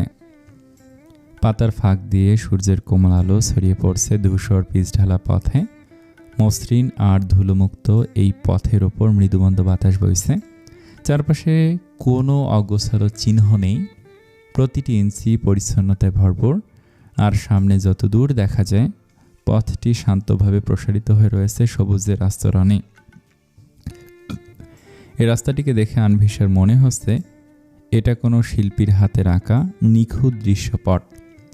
কারোর মন খারাপ থাকলে এই জায়গাটা এলে মন ভালো হতে বাধ্য। এত মনোরম দৃশ্য আনভিশা খুব কম দেখেছে। সুন্দর না? পাশ থেকে ভেসে আসা প্রশ্নে আনভিশা হেসে বলল, অপরূপ সুন্দর। 5 মিনিট দাঁড়ান, আমি আসছি। সিহানের কথার বিপরীতে আনভিশা অবাক হয়ে প্রশ্ন করল, আপনি কোথায় যাবেন? ভয় পাবেন না, আপনাকে ছেড়ে কোথাও যাবেন না, একটু অপেক্ষা করুন, আসছি। বলেই সিহান কোথায় যেন গেল। আনভিশা বুঝল না কিছুই। সেও আর সেদিকে ভ্রুক্ষেপ না করে প্রকৃতি দেখায় মগ্ন হলো। এই মুহূর্তে তার ইচ্ছে করছে গলা ছেড়ে গান গাইতে। এই মনোরম পরিবেশটা তার মন ছুঁয়ে গিয়েছে। সিহান সাথে না থাকলে নিশ্চিত সে গাইতো, কিন্তু এখন সিহান চলে এলে লজ্জা পাবে ও বিধায় সে ইচ্ছেকে ভিতরে চাপা দিয়ে রাস্তা ধরে এদিক ওদিক হাঁটতে লাগলো। গুনগুনে ঠিক 5 মিনিট পর সিহান উপস্থিত হলো মুঠোভর্তি কাঠা গোলাপ নিয়ে। সিহানের হাতে মুঠোভর্তি কাঠা গোলাপ দেখে বিস্ময়ে আনভিশার চোখ কোঠর থেকে বেরিয়ে আসার উপক্রম। সে আশেপাশে তাকে খুঁজলো কোথাও কাঠা গোলাপের গাছ দেখা যায় কিনা, কিন্তু না, কোথাও দেখতে পেল না কাঠা গোলাপ গাছ। অথচ সিহানের হাতের মুঠোয় থাকা কাঠা গোলাপগুলো এতটাই সতেজ আর স্নিগ্ধ দেখাচ্ছে, মনে হচ্ছে এখনই গাছ থেকে পেরে আনা হয়েছে এগুলো। আনভিশার এত শত ভাবনার মাঝেই সিহান এগিয়ে এলো তার একদম নিকটে। তারপর আনভিশার চোখের দিকে তাকে মুঠোভর্তি কাঠ গোলাপগুলো আনভিশার 2 হাতের মুঠোয় দিয়ে কানের কাছে ফিস ফিস করে বলল, কাঠ গোলাপ দিয়ে যদি প্রিয়তমার মুখের এক টুকরো প্রাণোচ্ছল হাসির কারণ হওয়া যায়, তবে আমি প্রিয়তমার জন্য কাঠ গোলাপের বাগান তৈরি করতে প্রস্তুত। আনভিশার শরীর শিরশির করে উঠল অজানা অনুভূতির তাণ্ডবে। কিন্তু লোকটা বোধহয় আজ স্থির করে নিয়েছে ভালোবাসার অনুভূতিতে পিষ্ট করে ছাড়বে তাকে।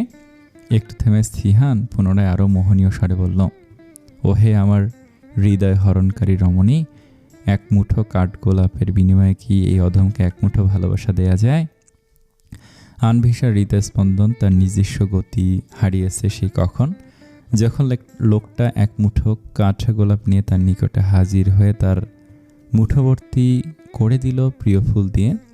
তখনই বোধহয় হৃদস্পন্দন নিজস্ব গতি হারিয়েছিল, আর এখন যেন আরও অস্বাভাবিক মাত্রা নিল। লোকটা তার দিকে চেয়ে আছে জবাবের আশায়, কিন্তু অনুভূতির তাণ্ডবে আনভিশার গলা দিয়ে কোনো রূপ স্বর আসছে না। তাও সে কোনো রকমে বলল, যদি মাঝে মধ্যে এভাবে হুটহাট এক মুঠো কাঠ গোলাপ উপহার দেওয়া হয়, তাহলে হয়তো তাকেও এক মুঠো ভালোবাসা দেওয়া যেতেই পারে। বিপরীতে সিহানের ঠোঁটে দেখা গেল প্রাণখোলা হাসি। সিহান আনভিশার হাতের মুঠো থেকে একটা কাঠ গোলাপ নিয়ে কানের পাশে গুছিয়ে দিল সযত্নে। তারপর বলল, জুতা খুলে হাঁটুন, এই রাস্তা দিয়ে দেখবেন মনে অন্য রকম প্রশান্তি হচ্ছে। আমার মন খারাপ থাকলে আমি ভোরবেলায় অথবা গোধূলি বেলায় চলে আসি এখানে। প্রকৃতির সাথে সময় কাটানোর পর আর মন খারাপের অবকাশ থাকে না। আজকে আপনার মন খারাপ? আজ আমার ভীষণ ভালো মন।